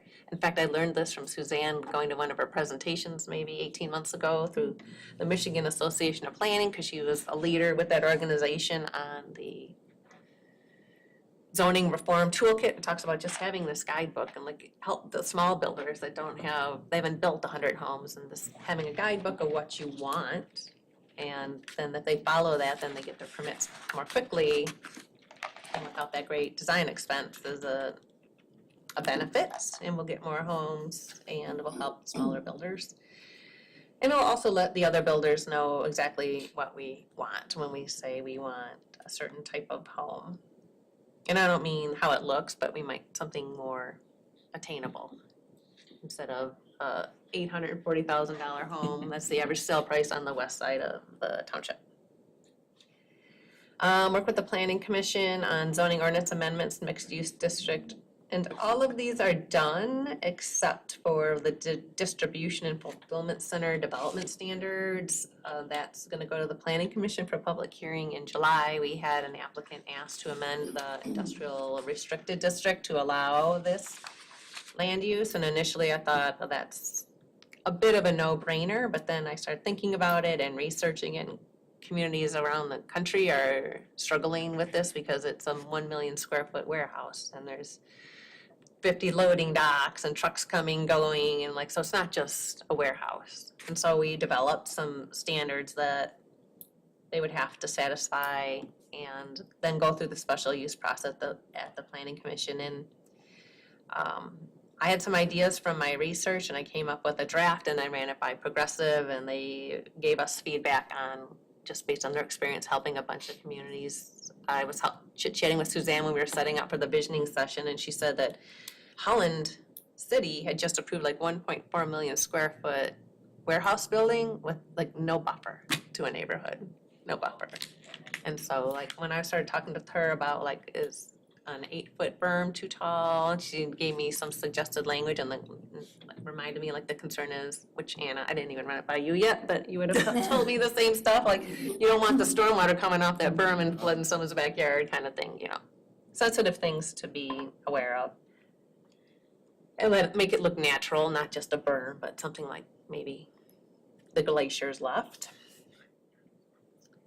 If you believe that, okay, and then various amendments. So I want to start a process where at least or biannually or quarterly, we just throw a series of text amendments to the planning commission, just maybe for implementing the zoning ordinance. We like language contradicts itself or it's not clear, just opportunities to update and clarify the language. So we've started a wish list, which we're also going to be doing in partnership with Public Works for the transportation and mobility ordinance. As we read it and implement it, we're going to see things that might contradict another general ordinance or a zoning ordinance and determine which needs to be amended.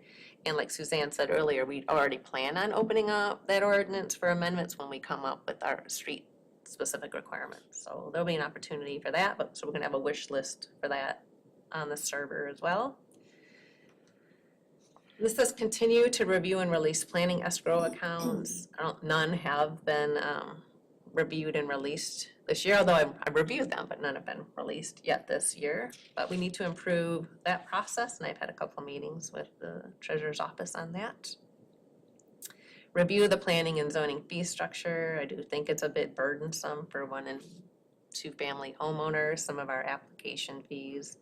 A fee came in today for $500 for us to look at someone's concept, like, because that's our structure, and like, I would have just done that over a cup of coffee. I mean, why is it, a formal process for this particular project? It would seem to be a burden, not to them, but in my mind. So I feel like there's an opportunity to update our fee schedule, but not subsidize development either, but maybe just be a little more fair for the small projects.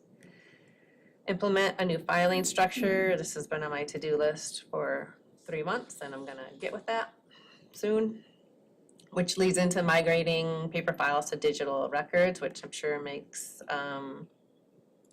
Clerk Farmer very happy. This is what she'll cheer.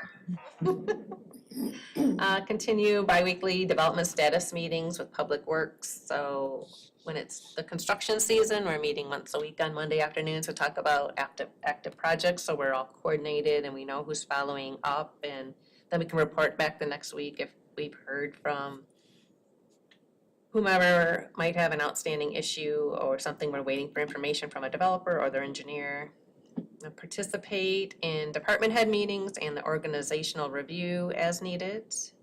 Continue to train Leanna Harris, who's our new zoning administrator. She's been with the township less than a year, and I keep inviting her in on discussions and meetings just so she can hear and learn more than she might if she's just doing, responding to emails and applications that come in. So she'll benefit from the conversation, and she adds good input all the time. Work with the clerk's department on the maintenance of online ordinances, mainly N code, so that's been a great relationship. Continue implementing, giving implementation assistance for non-motorized goals, and that will really kick into high gear even more when we update the non-motorized plan, but non-motorized questions come up all the time, and then we're partnering with Public Works and trying to come up with the best solution to a situation. Manage and direct the daily work in the planning department, which is pre and post development, review and approval, customer service, staff, boards and commissions, and efficiently review building permits. We sign off on all building permits that change the exterior. So if someone does an addition or like these fireworks tents, that's requires a building permit for that tent because of size of it. So we have an opportunity to review and sign off on those. Temporary events unrelated to fireworks also require planning department review and approval and coordination with the fire department particularly. I'll continue to provide DDA and SOTA planning staff and administration. I am chair of the CATS technical committee, and as subcommittees meet, I will sit in on those if they're relevant to what expertise I can provide, or if they need another voice in the room that's not an Act 51 road agency. And then advance professional knowledge of the department staff through conference attendance and training. I've already put on Leanna and Colton's calendars to attend the Michigan Association of Planning Conference this year. It's in September in Grand Rapids, and they said they've never been. I mean, I wasn't surprised. Leanna only just graduated, but Colton's never been. He said he's never felt like he's had the time. Like, well, no, you make time. It's on your calendar. You schedule your work around it, so make time. Okay, so 2025, continue working closely with the consultant team on the master plan.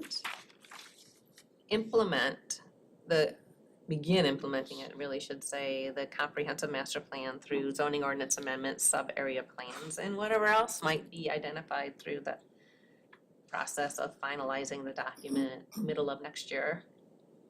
Do you know, that just gives me pause because the master plan is such a huge giant project that it literally just rolled over me. That's great when that project's done, but then it has to be implemented. Right. And I hope some things, because I have been receiving inquiries from people about projects they want to do, and it might require rezoning, like, let's just have you wait, check back with me in late fall, I'll know how the future land use map is shaping up. Like, wouldn't be appropriate now to consider rezoning that doesn't match the future land use map, but maybe the map will change with respect to that.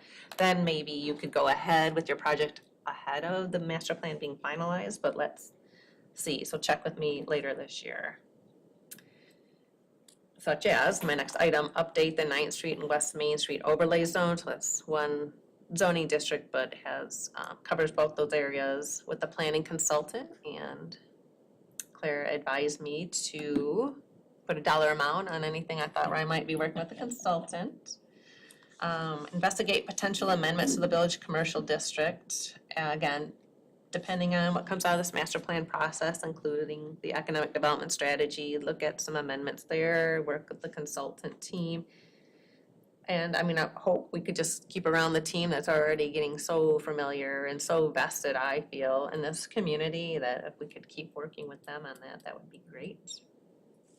This next item, implement the housing plan with zoning ordinance amendments and that potential guidebook I described. The grant is for $50,000. It has no match requirement, so that's what I put for the budget on that. Work with Public Works, the supervisor and KPS on Chime Street still, and possibly realigning Erie. Work with the same group, but legal also on extending Seco Drive. Continue to help implement Atlantic Avenue extension. Keep up with the biannual or quarterly ordinance amendments, which would be unrelated to an applicant. Keep meeting with the development status team to stay on top of active projects. Continue helping to implement on non-motorized goals. Continue migrating paper files to digital. And I don't want to keep reading everything I already read, but continue to manage and look for opportunities to improve the planning escrow process. That will be a good one to get underway and continue in 2025. Just keep managing the department and improving efficiencies and quicker response. And that was a really good comment that I heard Suzanne say today, and I made a note of it. Well, one, I'm gonna tell the township, or the planning commission to watch the board meeting and her presentation, in case they weren't watching, but that hard dollars, that our process is taking too long, and then developers have to decide, do they wanna put hard money down? And I'm already concerned, like our process might take too long to get planning commission approval, that there's room to improve. We could be more efficient and more customer service oriented and moving projects along. Things don't have to be finalized, they can get a conditional planning commission approval and then circle back and take a really sharp pencil to their plans, as long as we know 99% what they wanna do, or 90% what they wanna do, and how they're gonna lay it out, and it doesn't need to be that finalized. One, that's a great expense, what if they get denied, and two, it takes more time. That's what I would like to do. I think it's always that's, having a fresh set of eyes on, this experience for me, having Jody come in as an experienced planning director and then have a fresh set of eyes on sort of how things roll through the township that are touched by her department has been, refreshing and also educational for me, for sure, so. Any comments or questions?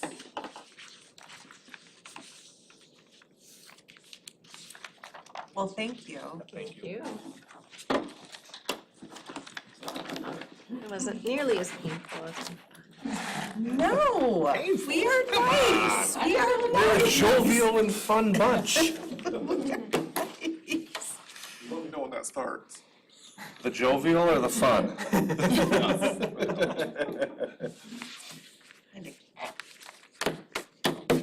You, Jody, you of course are welcome to stay, but, Oh, I'm gonna.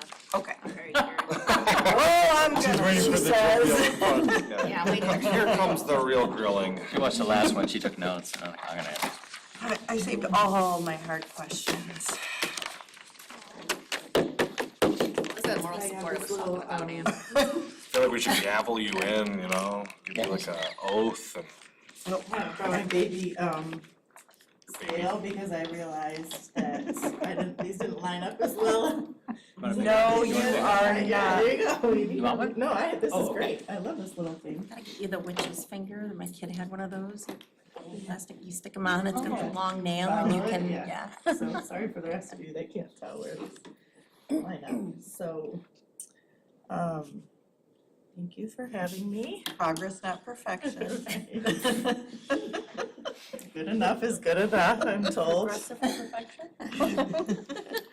All All right, right, Ms. so Warner. I did try to categorize these a little bit in the different areas or disciplines of public works. So I will start with my favorite, which is roads. We have tried to support the neighborhood traffic calming efforts that the Green Meadow residents are initiating through the Road Commission's policy. We wrote a article for one of the township newsletters to help with the education outreach. We have offered to use our radar trailer out there as well, and then try to use our expertise as well to make sure that we're looking at some of the leading and lagging factors that we know of when you're doing traffic counts related to weather and things like that, so that we can make sure that the residents understand when they should be asking questions and prodding and whatnot. So We continue to work through that. Created an RFP and selected a consultant, so a request for proposal was created and selected a consultant through the qualifications-based selection process to begin the scoping work for the Atlantic Avenue Extension project. Process, coordinate, and finalize the Second Street Special Assessment District. That was the first special assessment district that I have been at the township for, so it's great to see the process all the way through. I am gonna pause and say something. I did, Zach Pearson, the Public Works Project Manager, wanted to come to this, and I had told him it was tomorrow, so he couldn't make it tonight. I think he's listening, so Zach, you can Oh, he interrupt is? me and add if you want, but I did want the board to know that he wanted to participate and helped on many, many of these items, so. With that, we also created a request for proposal and selected a consultant to compile and enhance the transportation and mobility ordinance. I would say that about 75% of that was already existing work that had been done by previous boards or previous staff, and we really just worked to make it more in a usable format and bring it all into one place, and then, you know, try to work on some road standards. But a lot of that work was already done, it just needed to be pulled together. Pursue easements and property to complete road connections identified in the master plan. A few of them are listed there, and we are making traction on all of those, so that's really exciting. I have been the township representative and an active participant in multiple MDOT projects that they're working on, and making sure that the township has a seat at the table and can help support them in some of their projects. There's the US 131 Business Loop project, West Main widening, and the KL Avenue overpass replacement. There's also a signal improvements project. You'll probably just see the construction as you're driving around. There are multiple regions of MDOT. I believe there's 8 across the state, but the Southwest region, they try to pile projects together. They'll do a package. So they'll do a whole bunch of bridges together and bid it to one contractor, a whole bunch of signal improvements, and kind of get that economies of scale. And so they have, I think, 23 signals this year that they're improving or updating, and 2 of those are in Oshtemo. So we have talked through that with them, make sure they're not putting a PED signal or a traffic signal, mast arm signal right where we want future non-motorized or something like that. So trying to not do anything short-sighted. And then coordinated the streetlight improvements with the sewer neighborhoods and residents' requests. We've had 2 of those to date that we've been able to convert the LEDs and then add some additional lighting to meet the current standards. Under water, we completed a water system asset management plan. That actually should say master plan, which was a requirement of the new water service agreement. So now that the system is seen in its entirety, we wanted to make sure that anything we had planned for in the future is now a part of the whole system improvements and can be funded through the entire capital plan. We do have a lot of water already in Oshtemo, so there's not too many projects left, but there are a few connections that would help either increase capacity or reliability and resilience of the system. I attend all the utility policy committee meetings and the regional commission meetings and provide technical resources and expertise during the negotiations for the new wastewater contract, and as well as working through the new water agreement implementation. The Big Rock Drive water main installation project was completed last year, and the township helped send communication to residents, hosted a public meeting at one of our facilities. We attended the progress meetings and coordinated all the water connections from existing wells to the new system. There were 44 permits issued for new public water service connections, and again, Zach is the one that works on all those. And then we did provide technical support for the new wellhead protection ordinance, which is also a part of our new water service agreement, and there will be more to come on implementing that as well, to make sure that we are being really mindful of what's stored in the concentration zones around the wells. Under sewer, we were able to complete the Parkview Avenue sanitary sewer extension in coordination with the road commission. We did have the two commercial entities in that project already connect. One of them, their septic failed, I think, like right after the project was completed. And one we knew was coming with an expansion of their project. They wanted public sewer, so that was a very timely investment. In 2023, we issued 43 permits for new connections. 12 of those were from the mandatory connection list. And we issued 9 installment agreements, so the public connection fees can be financed through the township. That number seemed a little bit low to me. This is under 2023, 2024 accomplishments, but that is only for 2023. And just for some perspective, I was gonna say, I think Yeah. I've done 9 in the last 2 months. yeah, Zach provided me some additional information. There's been 32 so far this year. So a lot of that will come up as I continue through this, but as we start to enforce on the mandatory connection requirements. But the important part is that it's a great option for homeowners and residents to have. Are folks taking care of it on their own, or will we having to hire contractors and put them in? We haven't gotten to that point yet, so we're not sure, but we're. So far, we haven't. We are had to getting do a lot that. of, right, Okay. yeah, we are getting a lot of traction, yeah.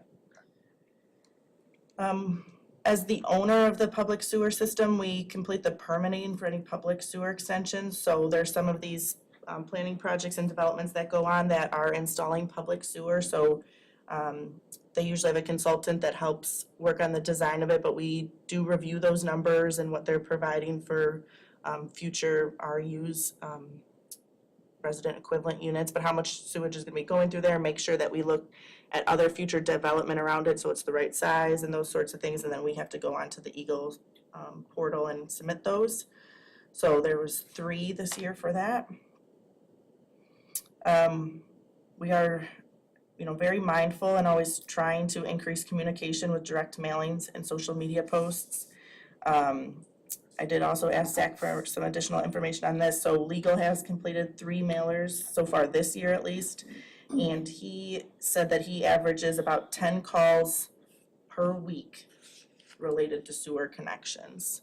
And this has been, again, since we've been increasing, ramping up, letting people know that we are gonna be enforcing, but it is just great, I think, that he can be available and answer people's questions. He's starting to know some of the contractors we work with too, they're commonly hired by the residents. Hold on, before you move on, tell the board what it was like when Zach was on vacation last week. Yeah, I was, it kind of is humbling, it comes full circle, one of my favorite things I learned in leadership was about remember what you have to do now used to be the things that you wanted to do.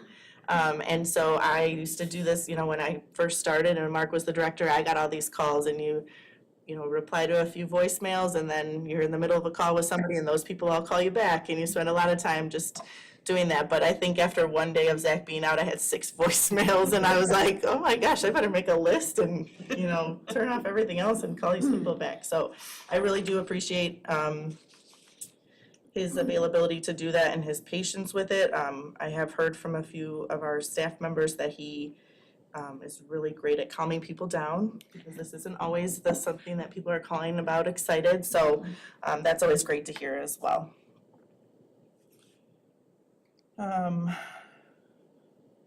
So yeah, we are completing more communication and outreach about this sewer. The group of 300 connection compliance is at 87%.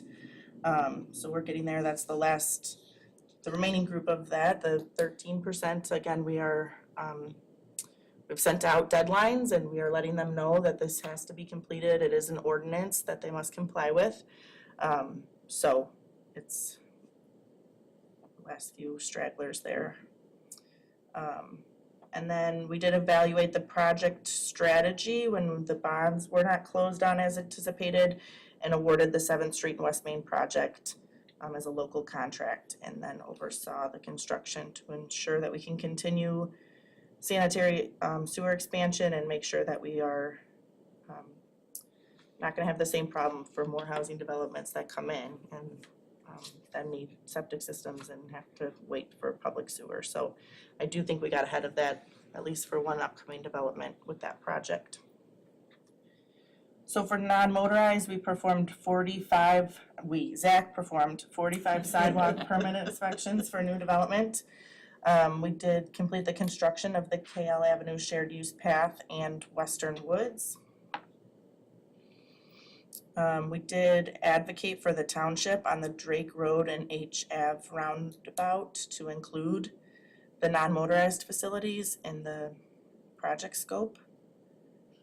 And not just get them removed and not replaced. So that was some compromise, which is always forward.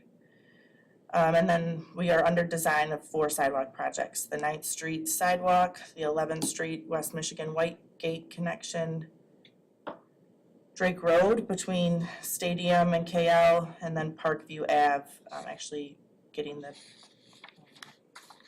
piece that went along with the 2 roundabouts, but across the bridge and all the way to Drake, where we just met with a consultant, I think last week, about the design on that, so.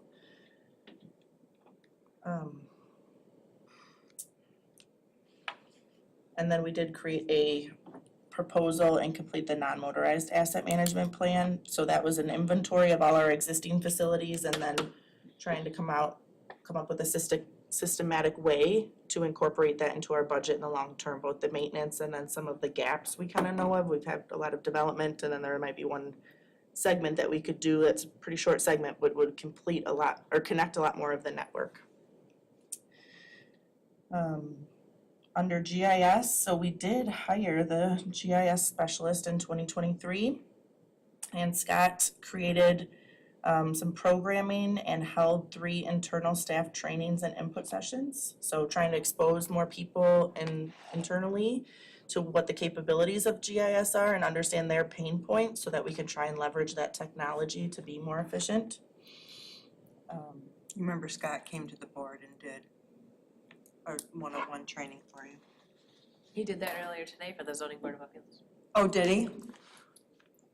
That's great. I tell everybody I can about the interactive map. I'm like, oh, by the way, don't use the county's website. You can use the Oshtemo website. I have it open right now. Why? Yeah. It's like a little game. He was able to launch a new cemetery web map, which added, I don't know that we can quantify it, Dusty, but a lot of efficiency to staff time, transparency, and access for residents, having that all online. So we need to make sure that we market that and share that it's available.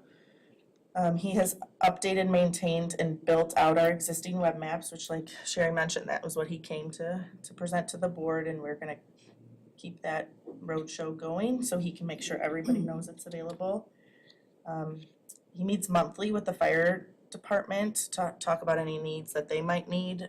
So he's been working with them on understanding where a new station would make the most sense and doing some drive time analysis for that. He found that you can just have within our software that we already pay for, it's an add-on that you can do those drive time analysis. So I think they're very thankful that we can just do that internally because they were having to ask our consultant to perform that for them. He created all the 2023 assessing maps that are needed annually. He set up data collaboration with the city and CATS. So there are some, specifically the water system. The city has a lot of that information that is helpful for us to have. And then for CATS, they have a lot of the traffic counts and things like that. So now that this software is going to a web-based system, it's really easy to collaborate with other agencies and share information and layer that on top of each other, if you will. And then we also analyzed sewer billing accounts. So we took a list from the city of all the billing accounts that they have on sewer in Oshtemo, and then we mapped that with our historic records of who had connected to sewer. And we were able to kind of do a quality control, quality assurance check of people we expected to be connected to sewer but might not have had a bill, or might have had a bill and not been connected to sewer. The latter only happened in one case. So, yeah, And it comes in on a water and sewer bill, so maybe they didn't realize, but, Clerk Farmer's got her hand up. okay. Go ahead, Dusty. Earlier today, Scott mentioned that the software that's currently being used for that interactive map is going to go away likely at the end of 2025. And he was telling us that because he said that that interactive map would look different in the future. And I just wondered if you anticipated doing that early or waiting for it to run out possibly, because I know that'll be a budgetary item. It just wasn't clear to me, and he wasn't providing us the information about the budget, right? But I got to thinking about it, and it wasn't clear when we could expect that change. Yeah, I think he wants to overlap the two actually, so that there's a transition. And so they would both be live and we can kind of do a soft rollout of the Experience Builder, I think it's called, which is the new map. We got kind of a showcase of it from Prine and Newhoff last week, and it is very similar. I don't even know that many people would notice that it's going to be that different. Some of the benefits of it is that you can group some of the layers together and order them differently, but for the most part, it's going to be a lot of the same information. My understanding of it is that because it's the software changing, it's going to be incorporated into our existing licensing. So there shouldn't be much of a budgetary impact because they're requiring that switch. So with our licenses, we get so many logins to that. And we actually might have a budget reduction because we wouldn't need as many licenses on our server or like through the software. We can just use these logins that are actually cheaper. That's a good clarification, thank you. And then under site development, I think Jody mentioned some of these, but provided engineering technical input for the mixed use ordinance. There was originally a traffic impact study section and road network section in the mixed use ordinance, and we were able to take that out and just put it in the transportation and mobility ordinance. Participate in the comprehensive master plan. There was way more planning submittals in 2023, but the ones that needed engineering reviews, there was approximately 28 of them. And then we had 16 active developments, and of those 16, 8 made it to occupancy. And those are just numbers for 2023. Under miscellaneous, I attend the CATS technical committee and I sit on 3 subcommittees. I will just give a shout out that Jody is the chair of CATS technical committee and I'm the vice chair, and we haven't been able to use that to our advantage not yet that we're the Oshtemo lead, but if it comes, we're gonna see what we can do. And then one thing I am really proud of is that they were kind of doing a routine update to the bylaws to make them formatted the same as policy committee. And we took that opportunity to bring up that Act 51 agencies get votes based on their size, and non-Act 51 agencies only got 1 vote no matter what. And we took away that Act 51 part of it and just said, you know, this is really about representation, and if you have a population of this size, you should get this many votes. So the city, we followed what the cities are getting. And so I think that was really great for Oshtemo, but also great for the other townships that are growing and larger in population. That's some of the best news I've heard today. That's great. Thank you. And then, as I mentioned, we hired the GIS specialist, and then the Public Works team meets weekly to review workload, coordinate items, and answer any questions I can for the staff. On that note, speaking of the Public Works team, you know, Mark has really stepped back. He is still technically an employee, but hasn't had any hours on his timesheet recently, so he's just really been a resource if we need something historical in nature, but I don't expect that role will continue in the next budget cycle in 2025, that he would still be an employee. We had him budgeted, I think, for 8 hours a week this year, and so. Does he attend UPC as a volunteer? He told me that's how he wants that to be, yep, because he is an alternate. Yeah. And so he said he would be doing it either way because he's passionate about it and been involved in that process. Yeah, I'm grateful for that, for sure, to have, but, okay. We held 6 capital improvement committee meetings in 2023. Yeah, we did. Supported workload during the planning director vacancy, and then onboarded some new department heads. Participated in the org review. Again, I'll give Zach credit for researching and finding a stormwater maintenance agreement. It's kind of like the forgotten piece of infrastructure until it's a problem. And so we're finding more and more with these heavy rains that things have not been maintained. And so I think that will be really beneficial for both facilities we own and then others as well. Say that again? So we don't have any kind of stormwater maintenance agreement or requirements for stormwater maintenance of basins. And so there was a template created where, in this case, we're using it as a, something that we're gonna have to be a partner on the maintenance for, but also could be applied to future developments that just need a maintenance schedule and maintenance So agreement. right now, if you're in a platted neighborhood and there's storm drain that needs repair, the township does or does not have a plan in place for taking care of these? It depends on how the development was set up, if it's through the drain commission, if it's a road commission pond, or if it's a private pond. As far as inspecting storm drains, that doesn't happen at all, right? Yeah, okay.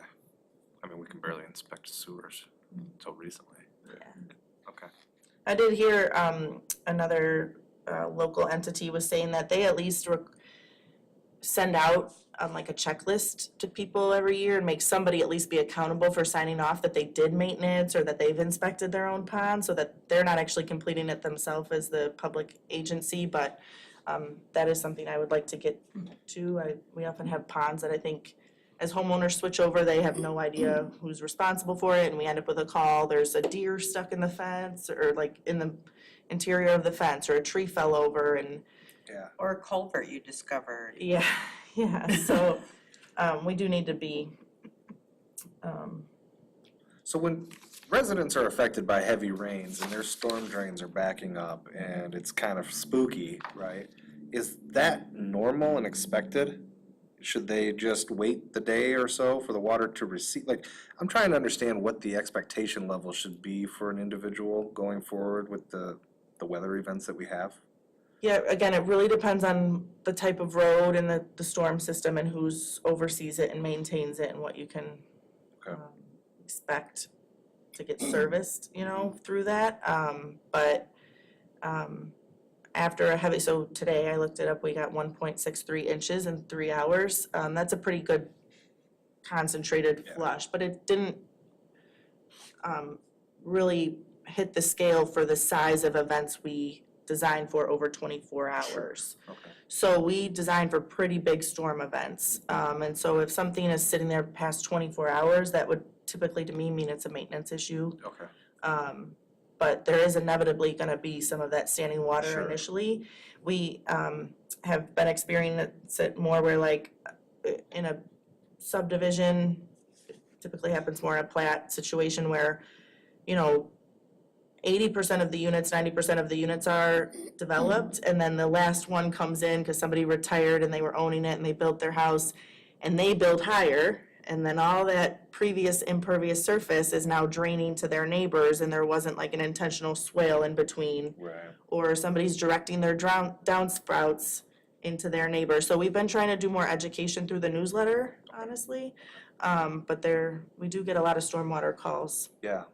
I'm just trying to understand, like, folks ask me, when should they be calling, right? So more Yeah. like after that 24-hour period, right? And the important thing about calling is even if we can't do something, it's good to submit a service request to the road commission, or we keep a call log of it, because then if we go do a project, I'm thinking of a few areas in Westport where I know when we do the sewer, we're gonna wanna, Literally thinking of this too. yeah, so there's areas where we know we're gonna add curb and gutter because it floods, or we know we need to clean out, add a bigger catch basin or connect it to another one, so. Yeah, the basin nearest me, after heavy rains, will, like, the water exceeds the basin and it flows outside of the fenced-in area that was put in around by the road commission or drain commission. So it's like, I mean, it looks terrible, obviously, but it looks like it's failing. Yeah. And then a day or so goes by and it's fine, but, So it really depends on the system too. okay. Is there a way to look up and find out whether that's township, I guess,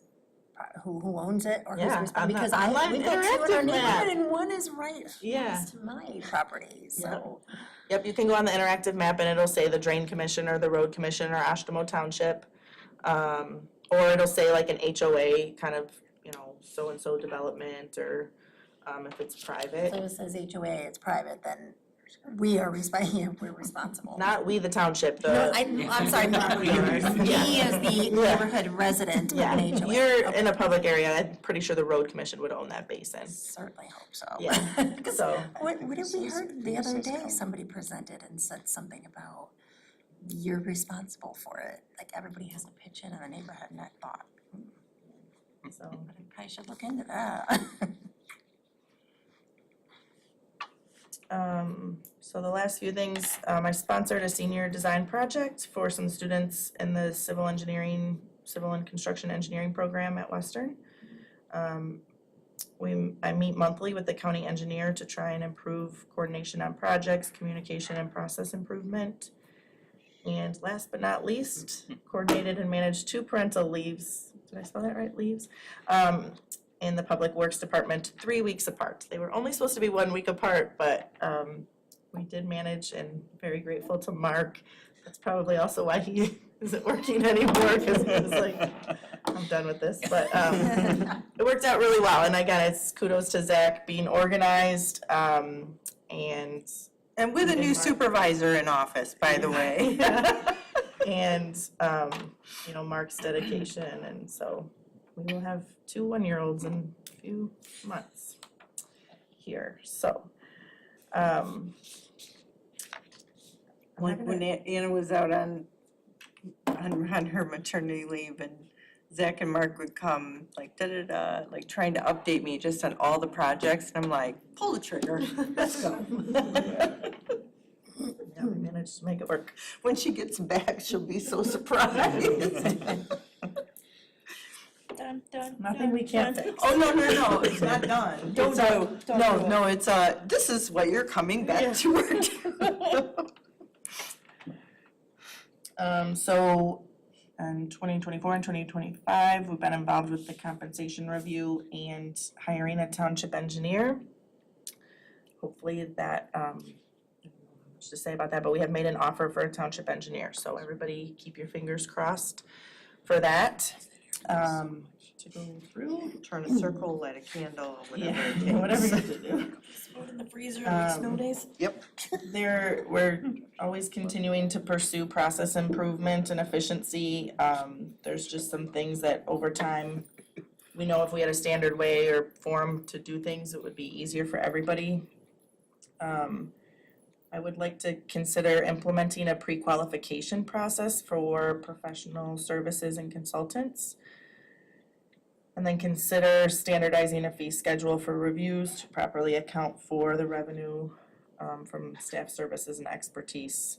Again, as we get some of these staff members internally and it's not going through a consultant anymore, how do we reconcile that in our fee schedule, as Jody was mentioning? From the planning phase, I want to begin some feasibility studies for future development needs and recognize where there's main or large corridors, ways to coordinate upcoming projects or be ready for development. I would equate this to kind of some of the other Seco Drive project, the Atlantic Avenue project, but these are a few other ones that we've heard rumblings about or gotten inquiries about and know we need to be prepared for. So it's just, would be a really high level look at, where does sewer exist, how could we connect to it, those types of things. This was mentioned in Jody's AGVs as well. There's a Safe Streets for All grant program that's currently out as part of the bipartisan infrastructure act that came out that I think would be really applicable for some of these projects in the DDA, the Erie realignment, the Atlantic project, so we're gonna start looking at different ways to fund those. And our master plan will essentially check the box for the document we need to be eligible to apply for that, so it's good timing.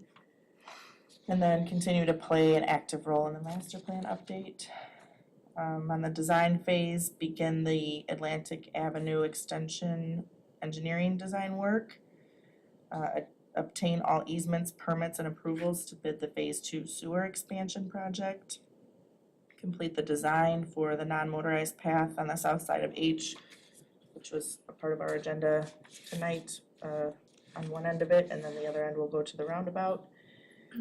Continue permitting and design for the KL Avenue non-motorized facility, Phase 2. So again, we wanna be ready for that right when we can, when the MDOT bridge work is done, so that we can continue that. Complete the design and permitting for the Chime Street sewer expansion project, and also complete the design and permitting for the North 8th Street public sewer project. Can I pause you for just 1 second? Because I'm not sure. Is the Chime Street, the potential for Chime Street sewer expansion, is it new information to the board members, or have we? I know about it, but I think it's because of Capital CIC improvements. maybe. know about parks. I feel like we've talked about it on the diet. Okay, I just wanna, I mean, it's kind of one of those things that wouldn't have been on last year, that because of changing conditions is now part of the. To summarize, we didn't have designs to bring sewer in there, right? And we've got the one place that needs it, and they're gonna run their drinking straw a long way. Not drinking, but you know, Yeah. take advantage. Well, and this just goes to, Anna's always an advocate of being, when it comes to these big infrastructure projects, about us being able to be proactive and nimble. And that's it's a perfect example. Yeah, and it's great, I mean, that we can partner and Mhm. get that done. And then the 8th Street, I think everybody knows we needed to get this section in West Main done to connect to that, and the road is waiting to be done until we put the sewer in, so and that will just extend the system further south in that area to serve a lot of more development, and then a lot of industrial users right now, and commercial users on the corner of KL and Those will be eight. big Yep. connections. So then construct the sidewalk on the west side of 9th Street from Stadium Drive to Quail Run Drive.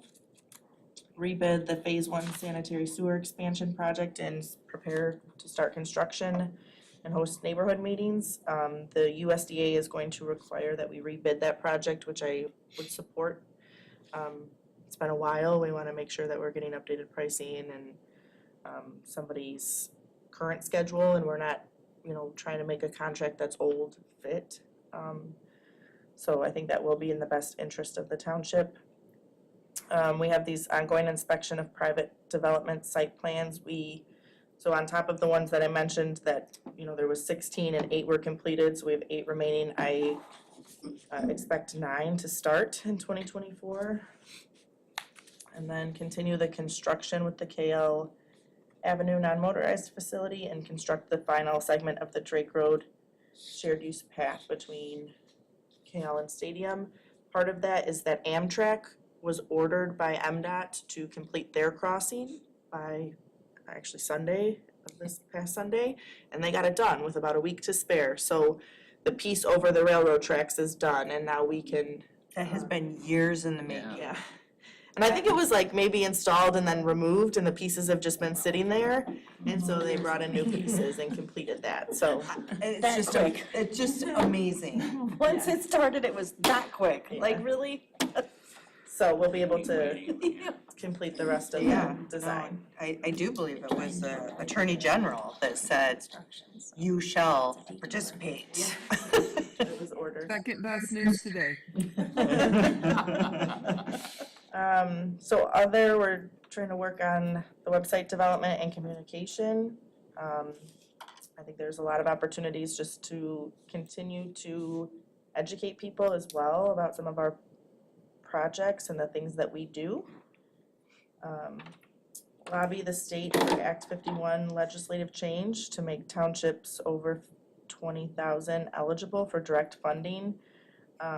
We're slowly working on pieces of this. I just had another meeting today where we need to get, we need to start the process with Eagle to get some review of wetlands and to get a permit along KL for the phase 2, and we cannot sign the authorization for them to meet with our team because we're not an Act 51 agency, and it has to come from the road commission, even though we're paying for all of it. Like, I was so frustrated, but I've got a question So for you I'm- on this topic. motivated even more.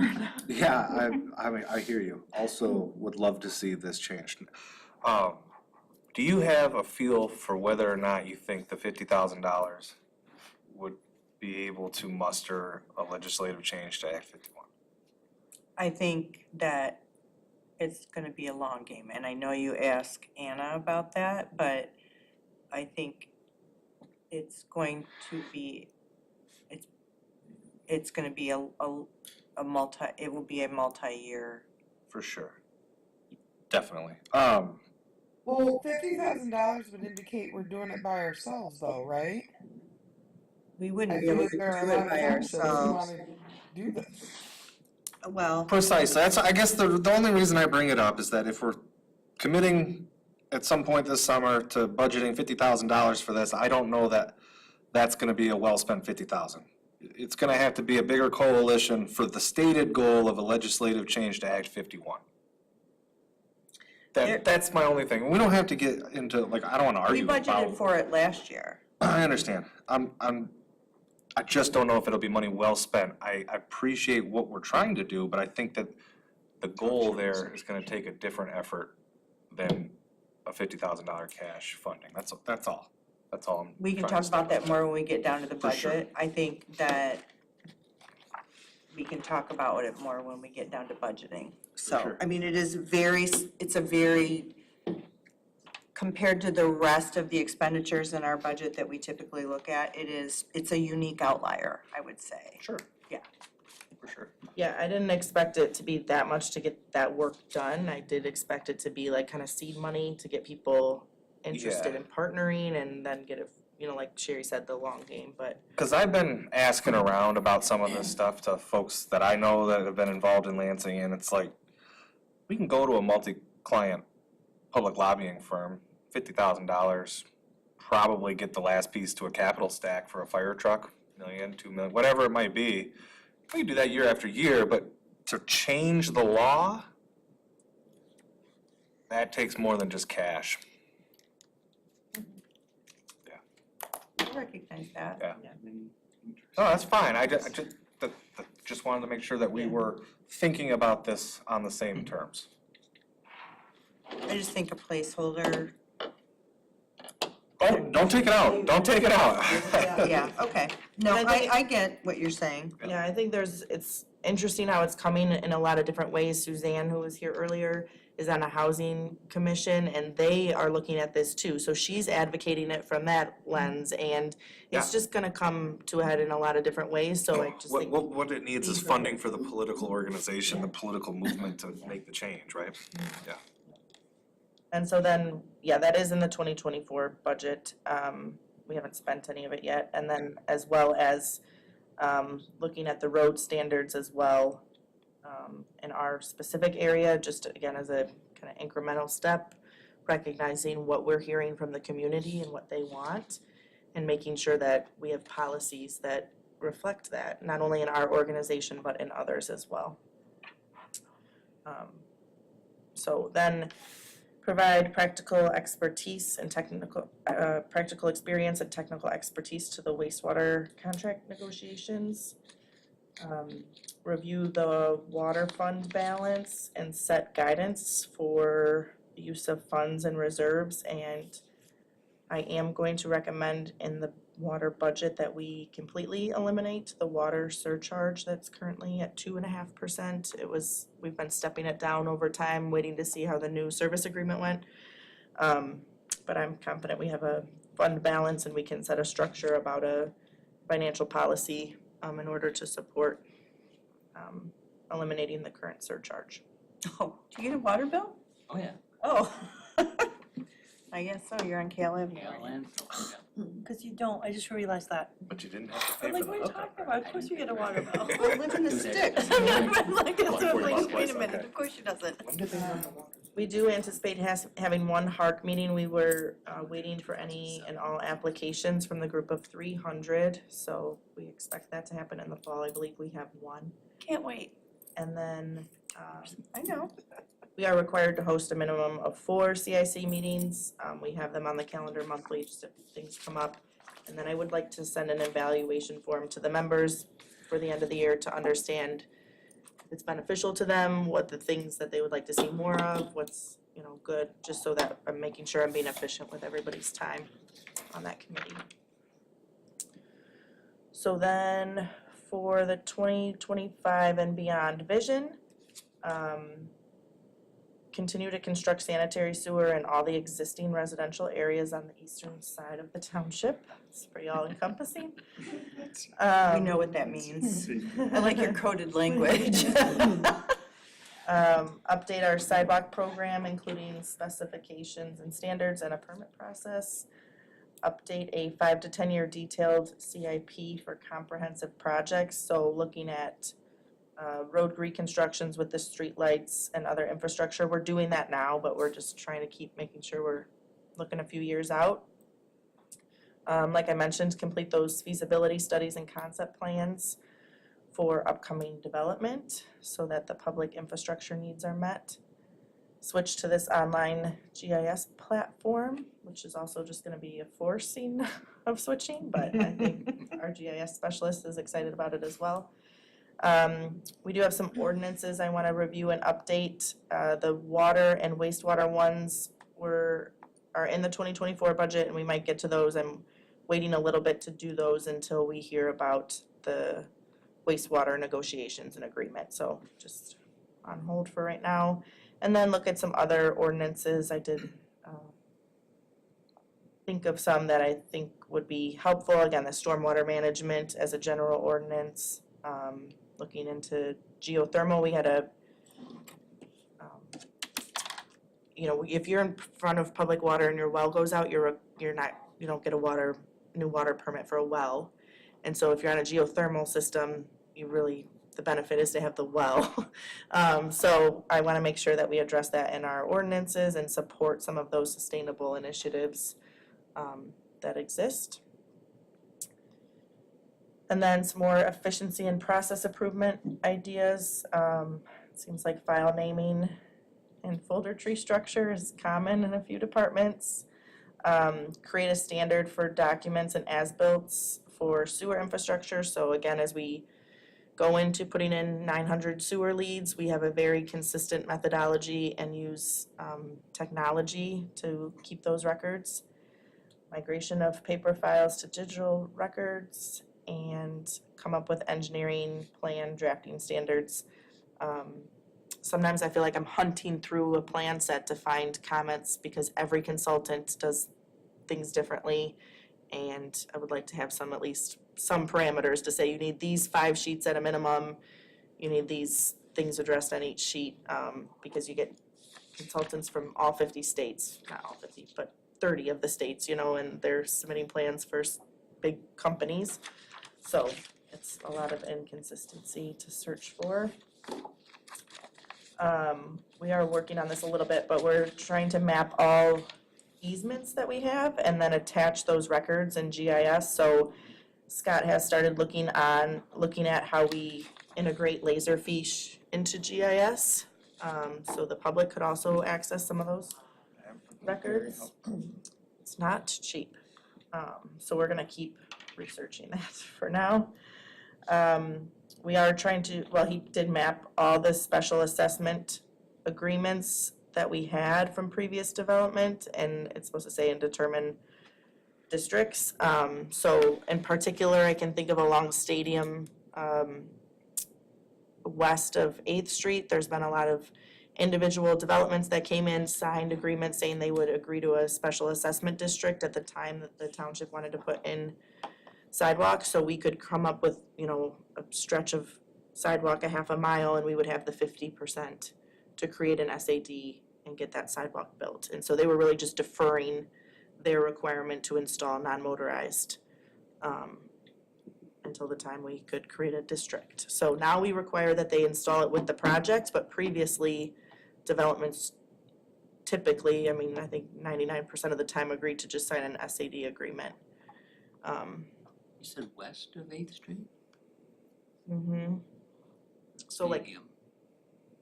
on Stadium, yeah, so like Flavorsome, Oh, there's you're the way storage, back there. I was- yeah, I there's was the thinking storage that. place, there's like Fish Yeah. Windows, Yep. but like it could get pretty Yeah, okay. good length. So I think we mapped the ones we have, but now the question is looking back at the development files to see if there's more that weren't digitized. So keep working on that. Work on acquiring easements identified in the road regulating plan, so that's like our future road connection map, kind of like the Seco, Bluffton, RuPaul, Atlantic situation, but continue to pursue those as the opportunities arise. Concept planning for a further westward extension of sanitary sewer. In case what we gotta deal with now isn't enough, we gotta expand it even further. And then Is the complete, master plan that planning process taking into account future extension of sanitary sewer? yeah, it will with the land use and the zoning Okay, types, yeah. so you would use that as your guide for that item? Yeah, kind of, I mean, it's just gonna be really hard. There's a big ridge in Oshtemo. Oh, yeah, yeah. That it would be challenging to get through, so Might have to partner with the next county over for those folks. build our own. Getting it up the hill Build our would own be treatment very plant. expensive. Maybe Van Buren can take it. But it is really interesting to hear how there are developments that could potentially, you know, it really impacts the size of a lot when you need a septic or you need a reserve space for a septic, or do you go to communal septic? So, Super inefficient, right? yeah, so. Complete the KL non-motorized pathway. And then continue to pursue sustainable initiatives to put Oshtemo as a leader in green infrastructure. There's, I think, a lot of opportunities in the future to do that, and just, again, having them be identified as priorities of our community makes us eligible for the funding, so we gotta keep looking for those. The one other thing I wanna add to that that's on here, that after talking to Scott today from GIS, he wants to take on some more work that's currently being done by our consultants. We got a quote to do like a land redescription, or there's a line wrong in GIS that needs to match the land description, and he thinks he can either take a class or learn from some consultants and then start to do it himself. So to try and take some of that workload internally, and again, if we hire the township engineer that we made an offer to, I think in 2026, we could start looking at designing some of our own projects as well. I'm starting to not want to sign agreements to get projects designed when I'm like, I can do that, but I just realistically. Bandwidth. Realistically can't do it right now, but I hope that the Public Works Department is in a position in the near future to be able to, you know, do more services that we currently have to use others for, just from a capacity standpoint, so that is a very exciting place to be. So. Impressive. To say the least, impressive, thank you. We are very fortunate to have very strong department heads across the board for the township and staff. The level of talent is remarkable. And really experts in their field. So I believe the previous supervisor, or at least, actually, I don't know, but I know I've been asked by department heads, do you want me to keep my AGVs to one sheet? And because I think that had been a request previously, and my answer to that is no. Because I think it's a healthy exercise for somebody to sit down and evaluate sort of what they've done for the whole year, take credit for what they've accomplished, and then soak that in, and then think about where do we go next. So, I don't know, I personally appreciate all the information. I hope you do as board members as well. I mean, this is really also an exercise about making sure that you have an understanding about what departments are doing. So, Can I ask a question about the GIS? Since, we've had conversations before and I love playing and looking at maps and stuff. So you can find sewer can you find water? You can't, you can find the hydrants because they're, That's exactly what I have on my screen. yep, they're All fire above hydrants. grade, so they're not really hidden, but there is some concern from the city as well as the industry about security. Yeah. Yes. Yeah, when I was on the county planning commission, we had the same thing about, could you have like all the natural gas lines and everything else, and everybody's like, no, we're not gonna put that on a public map. So but I wondered about water, thinking like, well, is water coming to my area? How far is it? And when you plan that stuff, but it's not there. My hope is that we can kind of show service areas at least for water then, because it was a big change just in the daily operations of Zach and I, like to not be able to see that and turn it on the interactive map, or at least me. I mean, I use it all the time, so That went away recently? yeah. I thought so, I was like looking for the same thing. Mhm. Okay. Yeah, it was kind of funny. Ben Clark is now at the city, and when Scott emailed him to introduce himself, he's like, oh, by the way, you gotta fix this because I wasn't supposed to do it. And he didn't learn that till he went to the city. So I think there's ways we could still visually show that because it really is helpful to developers and things like that, without giving away too much information that would be security concern. So, yeah, that is why. you can have most of it, just not all of it.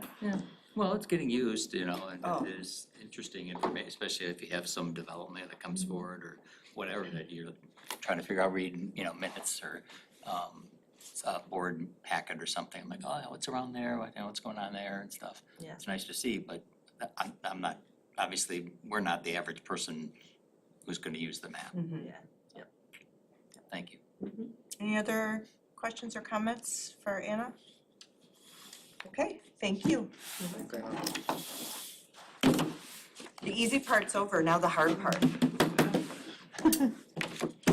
That's the budget part, the actual putting them. Yeah, okay, I was like, what are we doing now? There's nothing else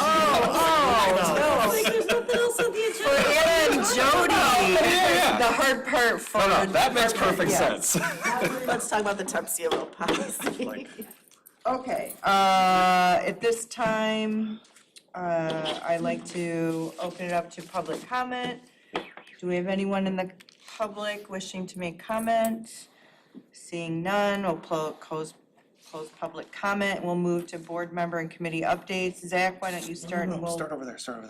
Michael, why don't you start and we'll go around this way. Oh, this is gonna be great. I have nothing. I think I'll defer to. I'll say it very slowly, I have nothing. Is that enough time, Zach? I think so. I'm just trying to remember, I missed the planning commission meeting, I wanted to give an update. So we have the tax bills out. We're waiting to hear back or actually get a sample back to make sure that they are adequate for leaving the township as postage.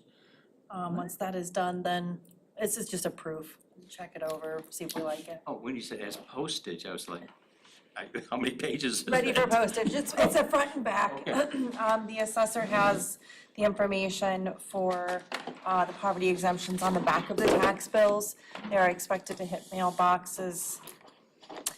Because it's a holiday, either the 2nd, the 3rd, or the 6th. So there's quite a big window there, but they're not due until September 14th, so there's plenty of time. Oddly, for the first time in 3.5 years, I do have people calling already trying to pay summer taxes before the bills have even been mailed, which I can't do. But other than that, that's where we're at. Bills ready to go out. I am ready to start working on revenues for the open budget that Clerk Farmer opened for us. And that's where I am. Yeah, you're back in your busy season. Back in it. Neil? Sure. Friends of the Park met right before this. The next concert in the park is July 14th. I said this at the last meeting too. We have the band Iconics playing. And we also started discussion today about making plans for a fall event in September at the Drake Farmstead. We're not doing Fall on the Farm like we have in the past. That's history. But this would be more of a music event aimed at a younger age group. So we're gonna try and keep it very simple, and we're still starting, and we just kind of decided we want to do this, and we have a date, and we have someone who's lined up to do it, and we're gonna start fleshing everything out from there. So, should be something new to get more people over there. A little different audience. That's it. Cool, thanks. Zach? I guess I didn't miss a planning commission meeting. I thought I did. Did I? We weren't at the visioning session, which was held in I lieu missed of. the visioning session, that's what I missed. All right, so you already got the update on the new vet clinic and all that. So the only other thing that I hadn't reported yet was the Jake's Fireworks is open next to Rick and Stan, so we had a special meeting to approve that. It's super awesome. I don't have any other updates today. Okay. Dusty? Super awesome fireworks, man. Oh my Blowing shit gosh, up. Dusty, do you remember when you and I were on planning commission together and like? Yes. And we had the repeat offender of the fireworks people. You had some feisty words for that person. I think this is the same people. I think it's the same people, they're back, bigger than ever. It is, it's the same people, but you know, hey, you live, you learn, they're doing their best now, I guess. All right. So, Claire's sending out tax bills, so that must mean it's time to send out ballots again. So we have a little over 5,000 ballots going out at the end of the week. That's funny. In addition to that, the Meredith Place, Kalamazoo County Clerk, and Shelby Moss, who is the Deputy Clerk of the City of Kalamazoo, and we provided site supervisor training to all of the clerks in the county, and we have been assigned our roles for site supervisor training. That's for early voting. And early voting actually begins on July 27th. I have been assigned 2 days of site supervision there, and it's going to run a little different than it did last time. Last time, site supervisors, we were present all day for early voting on our assigned days. This is an election year, and clerks can't hang out in polling locations all day if they're on the ballot. So we have changed that process, which is fine. It was never intended for site supervisors to be there all day. The chairs and their election inspectors are supposed to run it. We are just supposed to provide support for the process, and so we are moving forward in that. This will be our second go around with early voting, and our third will be in November, and after that, we'll be real professionals. So, in addition to that election work, we did host Jocelyn Benson, our local clerks association. We hosted Jocelyn Benson last month, which was fantastic. She came and spoke to us before she had a speaking engagement at Western. It was a great opportunity for the clerks and our staff. Sort of a morale booster, especially since we've had so many changes to the elections process since 2018, but really even more with Prop 2 over the last year. And so it was a really nice time. You'll see a picture of that when I present my annual report to you tomorrow. It's a really nice picture. At the very last minute, Carrie, my election specialist, grabbed Jocelyn Benson and said, "Hey, will you take a selfie with me?" And then Melissa and I jumped in, and so we were the only clerks that got a selfie with the Secretary of State. We're quite proud of that. Other than that, well, you'll hear more from me tomorrow. Thank you. That's right. We will be hearing, yes, you will get the chance, we'll hear more from Dusty tomorrow. Thanks, Dusty. I'm gonna probably just hit a couple of highlights. Number one, there are times when it's really like the privilege of working at the township just goes above and beyond, and part of meeting the value of that, the employees are, the staff are available to the public and to the board. Sarah suggested that we put the peer recognition certificates in the board packet, so I hope you enjoyed reading those. And the good work that people are doing and above and beyond. So just continue to look for those. They're kind of a monthly thing, so, but it's, I guess, our way of trying to make sure that you feel connected to people and knowing what's happening. Also, I think last week was a really hard week for me personally, for a variety of reasons, but something cool happened also that's the first that I want to share with the board. And that for the first time, and so we talked to this, or we do a monthly all-staff meeting and kind of as a, we share what's going on in our departments, but also a reminder of the different benefits that the township has. And I just learned from one of our valued staff members that they're going to take advantage of the educational benefits that we offer to our staff to help pay for education. That's the first time in my tenure that that's happened, and it was like, yes, like, this is why we budget this money, go use it and spend it and do stuff. So that was a really, for me, even though it's not it was a high point as far as the week goes, like having somebody utilize those things that we put in place to help people grow and develop professionally. Super exciting news. We have hired our own full-time building official.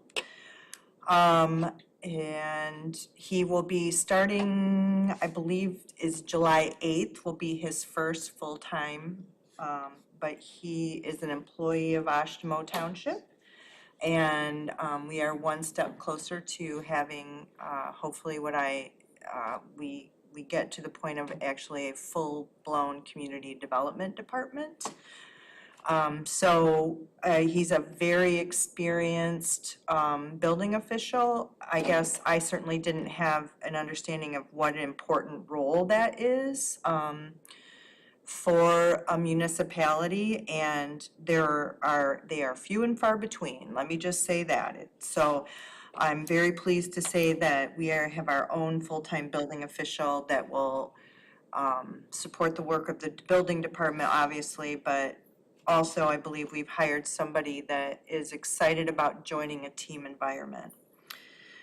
Also, I'm excited to share, Anna alluded to it, we've extended an offer to a candidate to fill the open engineering position that has been there since before I took on this particular role. So that's really exciting. Fingers crossed. What do we say? Cross your fingers, turn a circle, light a candle, whatever it is you have to do. And we have had, I haven't had an update from Sarah today. We had robust response to our job postings for park ranger and ordinance enforcement officer. So it is my hope that we will find the right candidate, the right job for them and the right candidate for the township, and check off a couple of more open positions. And that will leave, of course, then seeking out that full-time maintenance staff person, which has turned out is a challenge. So we will keep pursuing that. But some good news out of HR the last week. So it's very exciting. Some days it feels like it's a rough road. There's a lot of openings, but maybe that's shrinking a little. So that's, I guess, all I have to share at this moment. So unless there's any other final comments, this meeting is adjourned.